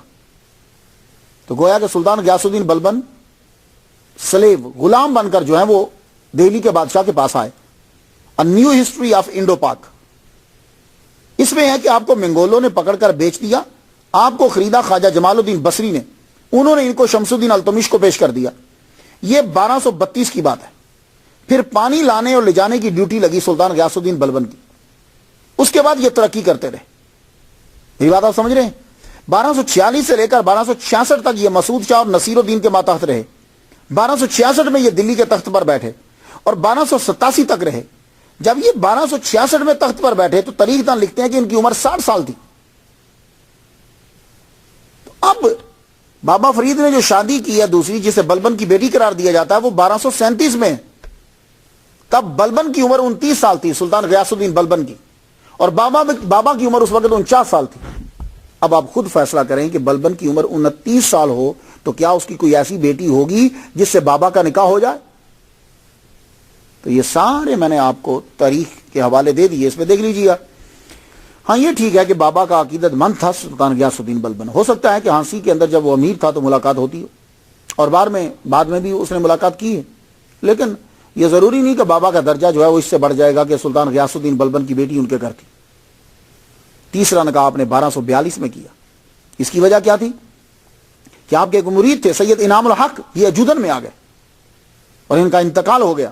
1.5 سال کا بچہ یہ چھوڑ کر دنیا سے چلے گیا. اب کون سوال ہے؟ تو آپ نے ان سے نکاح کر لیا تاکہ بچے کو سہارا مل جائے. ان کے بدن سے جتنی اولاد ہوئی سب بچپن میں فوت ہو گئی. اس بی بی کا مزار بھی جودن میں ہے. چوتھا نکاح بی بی شادر سے کیا آپ نے. آپ کی اولاد کی تعداد جو ہے وہ 17 بتائی جاتی ہے. سمجھ میں آ گئی کچھ آپ کو بات؟ تو ہانسی میں آپ نے قیام کیا 621 سے 634 تک. 10 سال آپ نے دہلی میں گزارے. اس عرصے میں زیادہ تر آپ نے چلے اور مراقبے کیے. لیکن جب آپ ہانسی میں پہنچتے ہیں تو ہانسی میں جب تشریف لائے تو اب آپ نے سوشل کام بھی شروع کیا. عمرا سے بھی تعلق رہتے تھے، یعنی ان کو بھی تبلیغ کرتے تھے. محافل بھی سجتی تھی، خود بھی سننے کے لیے جاتے تھے، لوگوں کو بھی بلاتے تھے. شادی بھی کی آپ نے اور تبلیغ و تربیت بھی آپ نے شروع کی. وہیں سے جمال الدین ہانسوی رحمۃ اللہ علیہ آپ کے مرید بنے، اور بھی بہت سارے ہانسی کے اندر آپ کے جو ہے وہ مرید بنے. اللہ اکبر جل شانہ. وقت گزرتا ہے، کسے خبر ہوتی ہے، آخر گزر جاتا ہے. آپ ربیع الاول کے اندر اپنے مرشد کو ملنے کے لیے آئے اور یہ دسمبر کا مہینہ ہے. 1 ہفتہ قیام فرمایا. جب واپس جانے کی اجازت چاہی تو مرشد نے اٹھ کے سینہ سے لگا لی اور فرمایا، فرید تم دونوں جہانوں میں میرے رفیق ہو، میرا مقام تمہارا مقام ہے. تجھے معلوم ہے، میں بتاؤں تمہیں کہ تم میرے آخر وقت میں نہیں ہو گئے، تم 3 دن کے بعد آؤ گے. تو میں تمہارے تبرکات جتنے ہیں وہ سب دے جاؤں گا. حمید الدین نگوری رحمۃ اللہ علیہ کو انہیں دے جاؤں گا، اور یہ تمہاری امانتیں ہیں. اب ہانسی چلے آئے. یہ دسمبر کا مہینہ تھا. آپ کے مرشد وصال فرما. آپ کے جانے سے پہلے دسمبر 1235 میں شیخ بدر الدین اور قاضی حمید الدین نگوری رحمۃ اللہ علیہ کو خرقہ، مصلہ، نالین چوبی اور آسا دیا اور فرمایا میرا فرید آئے گا اسے دے دینا. 27 دسمبر کو خواجہ قطب الدین بختیار کا وصال ہوا تو بابا نے رات کو دہلی جانے کی تیاری شروع کر دی. رات کے وقت آپ کی زوجہ نجیب النساء بیگم پوچھتی ہیں کہ آپ چند روز قبل تو دہلی سے آئے ہو، تھوڑے دن ہی تو ہوئے، اب پھر روانہ شروع، رات کے وقت ہی اٹھ چلے. کہنے لگے میرے مرشد مجھے بلا رہے. 146 کلومیٹر کا فاصلہ تیزی سے طے کرتے ہوئے تیسرے دن پہنچ گئے. مرشد کی قبر بن چکی تھی. قبر سے لپٹ کے روئے. قاضی حمید الدین نگوری رحمۃ اللہ علیہ نے تمام تبرکات دے دی. خواجہ قطب الدین بختیار کاکی رحمہ اللہ کی مسند پہ بٹھا دیا گیا. 7 روز آپ نے قیام کیا, اللہ اکبر, لیکن آپ وہاں مستقل نہ رہے. دہلی سے پھر ہانسی واپس آ گئے. کیوں آئے؟ وجہ یہ ہے کہ جب آپ آئے تھے مسند نشینی کی, اور یہ مسند پر بیٹھنا بادشاہ کے رتبے سے بھی بڑا تھا, تو آپ کا ایک مجذوب دیوانہ, وہ ہانسی سے بھی بڑے لوگ آئے تھے, اس میں سرہنگا بھی آیا تھا. بڑے دن ہو گئے ان لوگوں کو کہ ہم ملاقات کریں, لیکن وقت ہی نہیں ملتا. عمراء, فضلاء, شرفاء سب کے سب لوگ آئے. خواجہ قطب الدین بختیار کاکی رحمہ اللہ کی مسند پر بیٹھنا کوئی معمولی بات تھی؟ آپ جب جمعہ کی نماز ادا کرنے کے لیے آئے تو وہ سرہنگا کو ٹائم ملا, وہ قدموں میں گر کے رونے لگا, کہنے لگا حضور ہانسی میں ہوتے تھے تو روز آپ کی زیارت کر لیا کرتے تھے, 3 دن سے کھڑا ہوں, لوگ آپ کی زیارت کرنے نہیں دے رہے. آپ ملنے کے بعد آپ نے نماز جمعہ ادا کی. نماز جمعہ کے بعد آپ نے اعلان کیا کہ میں یہاں نہیں ٹھہروں گا دہلی میں واپس ہانسی میں چلا جاؤں گا. لوگوں نے یہ کہا کہ یہ پیر آپ کو یہ جگہ دے کر گئے ہیں, آپ یہاں رکیے. فرمانے لگے نہیں, میرے پیر نے جو مجھے دیا ہے وہ میرے ساتھ ہی رہے گا, میں جہاں بھی جاؤں, بیاباں میں جاؤں, جنگل میں جاؤں, کہیں بھی رہوں. آپ واپس ہانسی پہنچے, لیکن ہانسی بھی کتنا دور تھا, 146 کلومیٹر تو بنتا ہے. وہاں بھی جمگٹا رہنے لگا, خلوت ختم ہو گئی. آپ نے پھر ہانسی سے اٹھے, وہاں سے آپ روانہ ہوئے, اجمیر شریف پہلے گئے, وہاں آپ نے چلا کاٹا, لگتا ہے کہ وہیں سے اجازت لینے گئے ہوں گے. وہاں سے پھر آپ واپس آئے, واپس آ کر پھر آپ وہاں سے بمائے اہل و عیال ہانسی سے روانہ ہو گئے اپنے آبائی گاؤں کی طرف, یعنی جو اب موجودہ پاکستان ہے, اب ملتان کہہ سکتے ہیں. اب وہاں سے یہاں چلے, یہاں پہنچے تو اپنے آبائی گاؤں کے پہنچے تو وہاں پھر رش لگ گیا, کیونکہ وہ بالکل ملتان کے قریب تھا. اب ضروری تھا کہ کوئی ایسی جگہ ڈھونڈی جائے کہ جہاں اپنے چاہنے والے کم ہو, دشمن زیادہ ہو, تاکہ تبلیغ کی جائے. تو جگہ جو آپ نے چنی وہ اجودھن, جس کو آج پاک پتن کہتے ہیں. یہ اجودھن بہت پرانا شہر ہے. اسکندر یونانی نے جب حملہ کیا تھا تو یہ شہر تھا. مختلف دور کے اندر اجودھن کے مختلف نام رہے ہیں. مہا بھارت کی لڑائیوں میں دھارا نگری اس کا نام ہے, انہیل وار, گوروا, اور پھر راجہ رام چندر کی فیملی نے اس سٹی کا نام اجودھن رکھا. بابا فرید الدین گنج شکر رحمۃ اللہ علیہ جب تشریف لائے, نام اس کا اجودھن ہی تھا. اور یہاں کے لوگ ہندو, جوگی کو ماننے والے, مسلمانوں کے دشمن.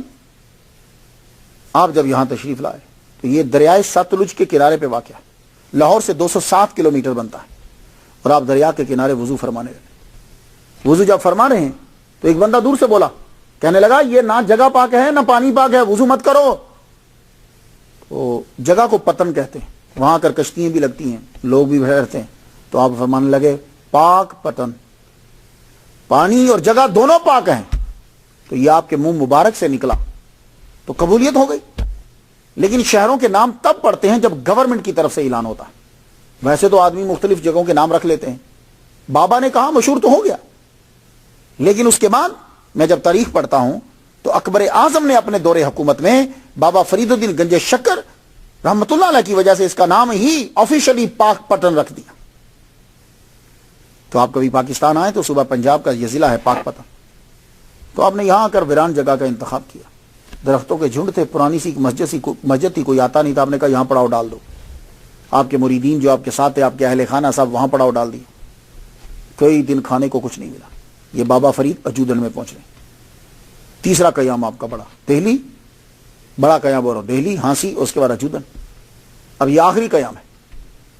کھانے کو پتے, کچھ نہیں مل رہا کھانے کو. پھر کچھ لوگوں نے, ہانسی کے کچھ لوگ تھے, کچھ دہلی کے لوگ تھے, انہوں نے مل کر ایک مسجد کو ذرا بڑا کر دیا اور کچھ آپ کی جگہ بنا دی, خانقاہ کو تھوڑا سا بڑا کر دیا. اور آپ جانتے ہو کہ جب کوئی آدمی کسی جگہ پہ آتا ہے نا, تو اس جگہ پہ پہلے بھی کئی لوگوں کا دبدبے ہوتے ہیں, کئی لوگوں کی بڑائی ہو رہی ہوتی ہے.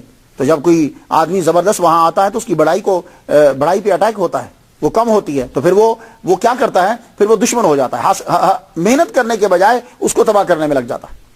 بابا فرید الدین گنج شکر رحمۃ اللہ علیہ جب وہاں تشریف لائے, آپ نے وہاں لوگوں کو تبلیغ کرنا شروع کی, آسانیاں لوگوں کے لیے پیدا کی, لوگوں کو صحیح راہ بتایا.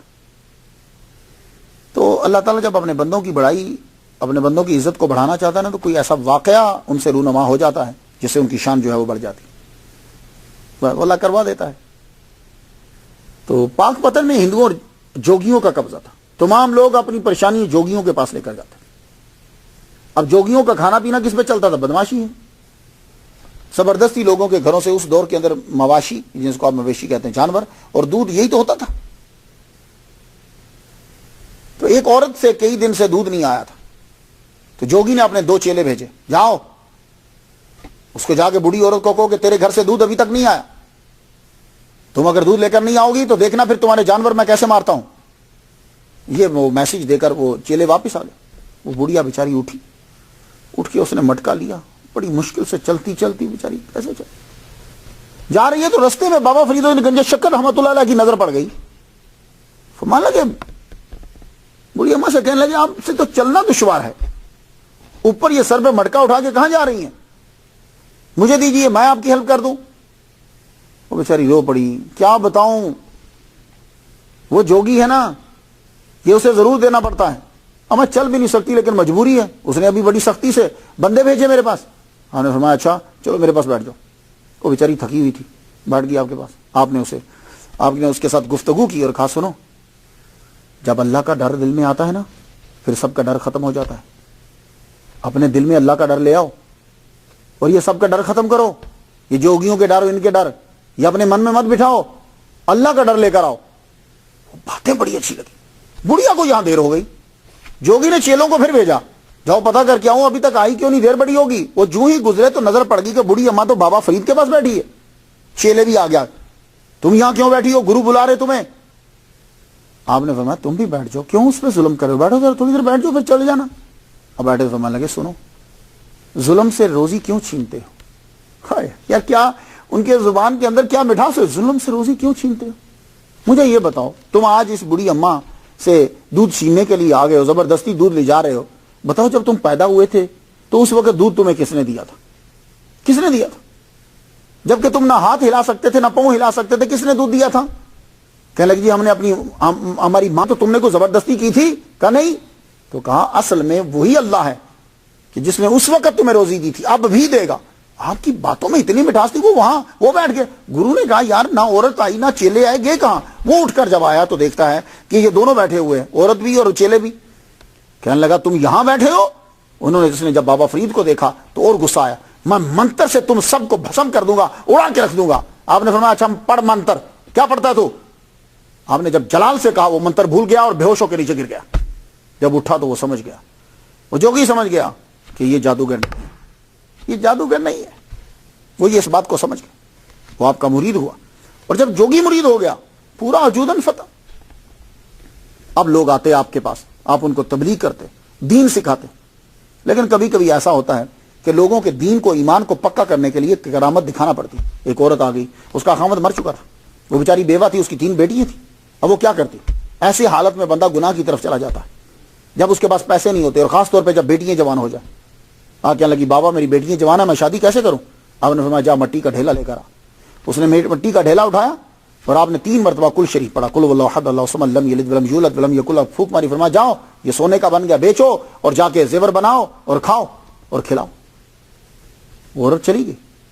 تو یہ کرامات جو ہے وہ دکھانا پڑتی، لیکن استقامت، بابا فرید وہی استقامت کا یہ عالم ہے کہ آپ کا بیٹا قتل کر دیا گیا، آپ کا بیٹا عبداللہ قتل کر دیا گیا، مگر آپ نے بد دعا تک نہیں کی. آپ پر قاتلانہ حملے ہوئے. جب دیکھا دشمنوں نے، جس میں بڑے بڑے امیر اس آدمی کی ترقی بڑھتی چلی جا رہی ہے، تو پھر حاسدین، ان میں عمرا بھی شامل ہیں، انہوں نے یہ چاہا کہ ان کو قتل کر دیا جائے. اب قتل کرنے کا منصوبہ کیا بنایا گیا؟ ایک درویش کو خریدا گیا، ملنگ کو. اس کو چاقو لے کے دی، خنجر لے کر دیا، کہا تجھے اتنے پیسے دیں گے کہ جب تو خانقاہ کے اندر تو گھس جا، جب تجھے موقع ملے تجھے مار ڈال. وہ ملنگ جو ہے وہ اپنے نشے میں دھت وہ خانقاہ کے اندر داخل ہو گیا. خانقاہ میں جب داخل ہوا اس وقت بابا فرید الدین گنج شکر رحمۃ اللہ علیہ سجدے میں تھے، اور نظام الدین سید نظام الدین والملت والاولیاء آپ جلوہ فرما تھے. اور بابا فرید الدین گنج شکر رحمۃ اللہ علیہ کی عادت تھی کہ آپ جب کبھی نماز پڑھ چکتے تو نماز کے بعد بھی سجدے کے اندر سر رکھ کر پڑھتے رہتے. اس دن بھی آپ نے سجدے کے اندر ہی سر رکھا ہوا تھا، نماز آپ پڑھ چکے تھے. ملنگ جو ہے وہ ایک دم سے اندر داخل ہوا. قتل کا ارادہ ہے اس کا، وہ جب داخل ہوتا ہے تو سیدھا بابا فرید الدین گنج شکر رحمۃ اللہ علیہ کے پاس آ کر کھڑا ہو گیا، تو آگے آواز دیتا ہے تو بابا سجدے میں سے ہی بول اٹھے، کوئی ہے؟ نظام الدین رحمۃ اللہ علیہ نے عرض کی خادم حاضر ہے۔ آپ نے فرمایا یہ ملنگ خنجر رکھتا ہے اور مجھے قتل کرنے آیا ہے۔ ابھی آپ نے سر سجدے سے اٹھایا نہیں، سجدے کے اندر ہی بول رہے ہیں کہ یہ مجھے قتل کرنے آیا ہے، اس کے پاس خنجر ہے۔ فوراً اس کو پکڑا گیا، پکڑا جب تو خنجر نیچے گر گیا، نیچے گیا۔ بابا نے اسے فرمایا دیکھو تم مجھے قتل نہیں کر سکتے، جاؤ میں نے تمہیں معاف کر ڈالا۔ بابا فرید الدین گنج شکر رحمۃ اللہ علیہ، یہ استقامت ہے، لیکن آپ نے اپنی تبلیغ کو جاری رکھا۔ دور دراز سے لوگ آتے، جو پڑھنا چاہتے انہیں پڑھایا جاتا، ملنگ وہیں رہتے، روحانی تربیت جو ہے، روحانی منازل جو ہے وہ طے کرتے۔ تو اللہ تعالیٰ نے اتنی بلندی عطا فرمائی کہ بادشاہ بھی قدم بوسی کے لیے حاضر ہوتے تھے۔ ملتان کا حاکم، دہلی کا حاکم، جب وجودن میں غیاث الدین بلبن ہزاروں سپاہیوں کے ساتھ آیا، اس کی آرزو یہ تھی،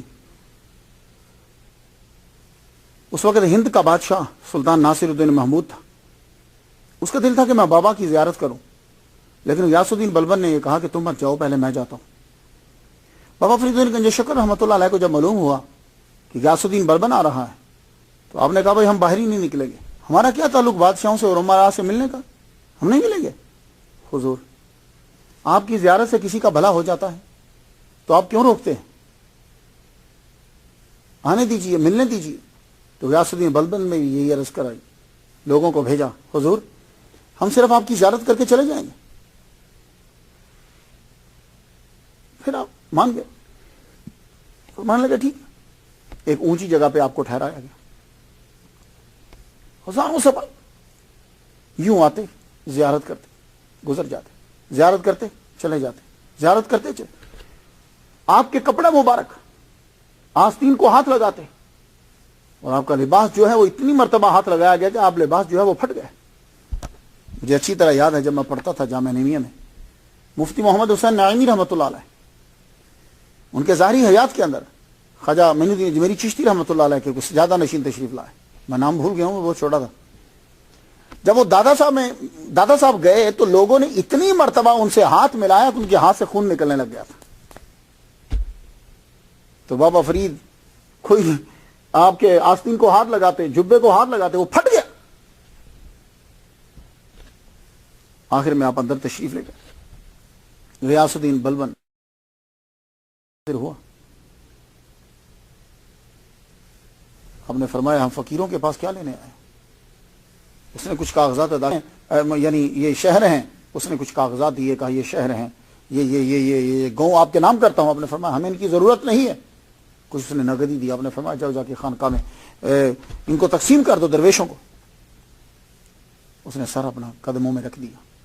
بابا نے کہا جاؤ، اللہ نے چاہا تو تم ہی بادشاہ بنو گے، اسی لیے چاہ رہے ہو جاؤ۔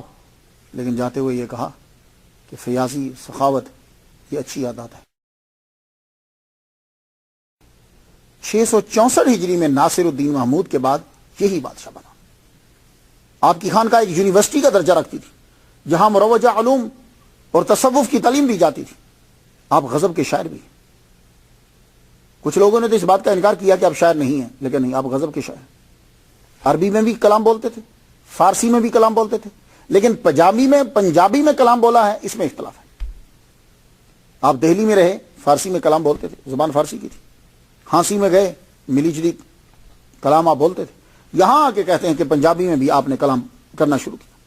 تو کچھ لوگوں نے جب تحقیق کری تو کہتے ہیں کہ آپ کا کلام جو ہے وہ محفوظ تو نہیں ہو سکا، البتہ گرو ارجن دیو نے آپ کے 130 اشعار گرو گرنتھ میں محفوظ کر لیے، لیکن یہ بات تحقیق کی روشنی میں غلط ہے۔ کہتے ہیں کہ بابا فرید الدین گنج شکر رحمۃ اللہ علیہ کا کوئی کلام نہیں ہے، وہ کلام اصل میں ابراہیم کبریا المعروف فرید ثانی کا ہے۔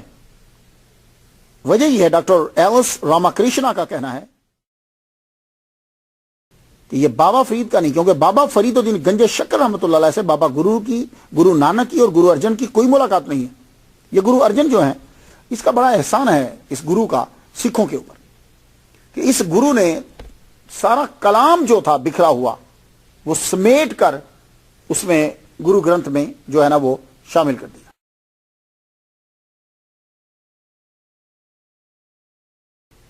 اور آج لوگوں کو پڑھنا آسان ہو گیا۔ ابھی آپ لوگوں نے کلام سننا ہو تو بابا فرید الدین گنج شکر، فریدہ کا کلام آتا ہے، وہ فرید ثانی ہیں۔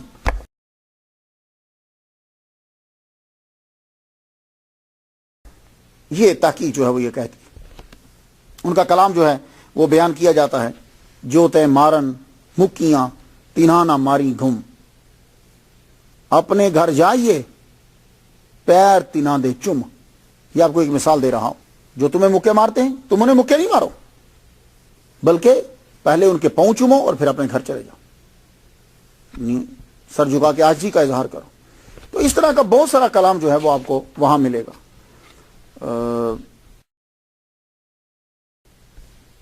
جب بھی گرو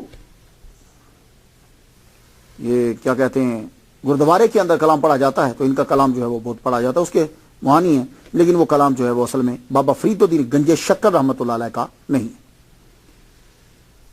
سب سے زیادہ خواجہ آپ نے بنائے، وصال آپ کا ظاہر ہے، جس نے دنیا میں آنا ہے اس نے آخر جانا بھی ہے۔ محرم کی 5ویں تاریخ ہے، عشاء کی نماز ادا کر چکے ہیں، قرآن کی تلاوت میں مشغول ہوئے، حاضرین سے کہا جاؤ مجھے تنہا چھوڑ دو، نماز ادا کی، نماز ادا کرنے کے بعد استغراق میں چلے گئے، واپس آئے تو پوچھتے ہیں کیا میں نے نماز ادا کی ہے؟ لوگوں نے کہا ہاں ادا کر لی ہے۔ فرمان لگے تو دوبارہ ادا کرنے میں کیا مذائقہ ہے؟ پھر ادا کی، پھر استغراق میں چلے گئے، پھر اٹھے، کہنے لگے نماز ادا کر لی ہے؟ کہا ہاں، تو فرمان لگے دوبارہ ادا کرنے میں کیا حرج ہے؟ پھر ادا کی، 3 مرتبہ عشاء کی نماز کو آپ نے ادا کیا، اور پھر آخر جب سجدے میں گئے یا حی یا قیوم کی آواز آئی اور بابا فرید الدین گنج شکر رحمۃ اللہ علیہ خالق حقیقی سے جا ملے، اور آپ کو اسی جگہ پہ دفنا دیا گیا جہاں آپ عبادت اور ریاضت کیا کرتے تھے۔ میں خصوصی طور پہ اس دفعہ جب پاکستان گیا تو میں وہاں جانے نہیں دیتے، مجھے چادر چڑھانا تھی، پھول چڑھانا تھے، تبرک تقسیم کرنا تھا، تو وہ اوپر نہیں لے جانے دیتے، بہت چیکنگ کہتے کہ کوئی چیز اوپر نہیں جائے گی، لیکن وہ میرے ڈرائیور نے پھر انہیں بولا تو پھر انہوں نے اجازت دے دی۔ بعد میں پھر عملے کو پتہ چل گیا، جب میرا معلوم ہوا تو سارا عملہ آیا، پھر مجھے انہوں نے چادر دی بابا فرید الدین گنج شکر رحمۃ اللہ علیہ کی۔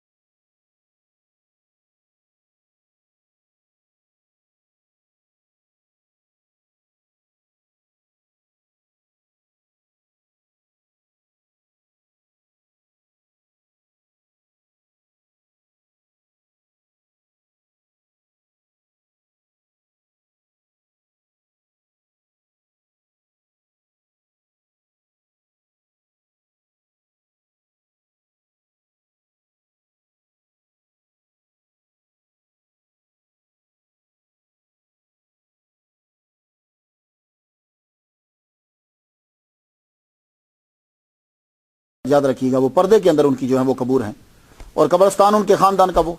پھر وہ مسجد اولیاء کے اندر جہاں اولیاء کرام رکا کرتے تھے، بیٹھتے تھے، آپ کی محفلیں ہوتی تھی، وہاں میں نے 2 نفل جو ہیں وہ ادا کیے. اس کے بعد پھر وہ جنتی دروازہ جو ہے وہ آپ کو معلوم ہے کہ محرم میں کھلتا ہے، لیکن انہوں نے خصوصی طور پر عملے نے جو ہے وہ میرے لیے دروازہ کھولا، میں نے اسے ہاتھ لگایا.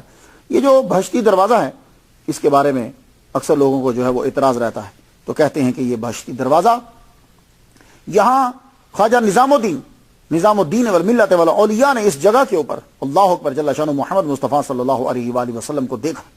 یہ بات یاد رکھیے گا. اور اکثر لوگ بہشتی دروازے کے اوپر اعتراض کر دیتے ہیں، لیکن پیر میر علی شاہ اللہ اکبر جل، پیر میر علی شاہ صاحب کا خاص طور پر تعلق رہا ہے. اور میں ایک بات آپ کو بتا دوں کہ یہ جو بابا فرید الدین گنج شکر رحمۃ اللہ علیہ کا خاندان ہے نا، یہ پھر ایک دور میں آ کر انہوں نے بایعت کر لی پیر میر علی شاہ رحمۃ اللہ علیہ. یہ آپ بات یاد ہے. اسی لیے پیر میر علی شاہ رحمۃ اللہ علیہ سالانہ عرس کے اوپر جو ہے وہ وہاں جایا کرتے تھے. ان کے جو سجادہ نشین ہیں ابھی بھی جو ہیں دیوان صاحب، میں نے ملاقات کی ہے ان سے، خالد ان لاہور کے اندر مشائخ کانفرنس تھی، میں تھا، قاری صداقت صاحب، اس کے علاوہ سارے مشائخ تھے. تو وہاں آئے تو میں نے ان کو جب دیکھا تو میں نے ان کا ہاتھ چوما، میں ان سے ملا. یہ بھی سعادت مجھے جو ہے وہ حاصل ہے. تو پیر میر علی شاہ صاحب ایک بڑی زبردست جو ہے وہ دلیل دیا کرتے تھے. کہتے سنو، قبر جو ہوتی ہے وہ روضۃ من ریاض الجنہ او حفرۃ من حفر النار. یہ روزہ، یہ جو قبر ہوتی ہے یہ جنت کے باغات میں سے ایک باغ ہوتی ہے، صحیح ہے، یا دوزخ کے گڑھوں میں سے گڑھا ہوتی ہے. تو یار جب ایک مومن کی قبر جو ہے وہ جنت کے باغوں میں سے باغ ہو سکتی ہے تو دروازہ کیوں نہیں ہو سکتا؟ جنتی دروازے کے اوپر اعتراض ہے اور اس کی قبر تو پورا جنت کا باغ بن چکا ہے. خیر، ایک عقیدت اور احترام ہے. تو اس دروازے کے اوپر بھی میں وہاں گیا. تو باہر جب میں نکلا ہوں تو لوگ جو ہیں وہ قریب آئے، دعا کیجیے ہمارے لیے. تو کچھ تو دم کروانے کیا.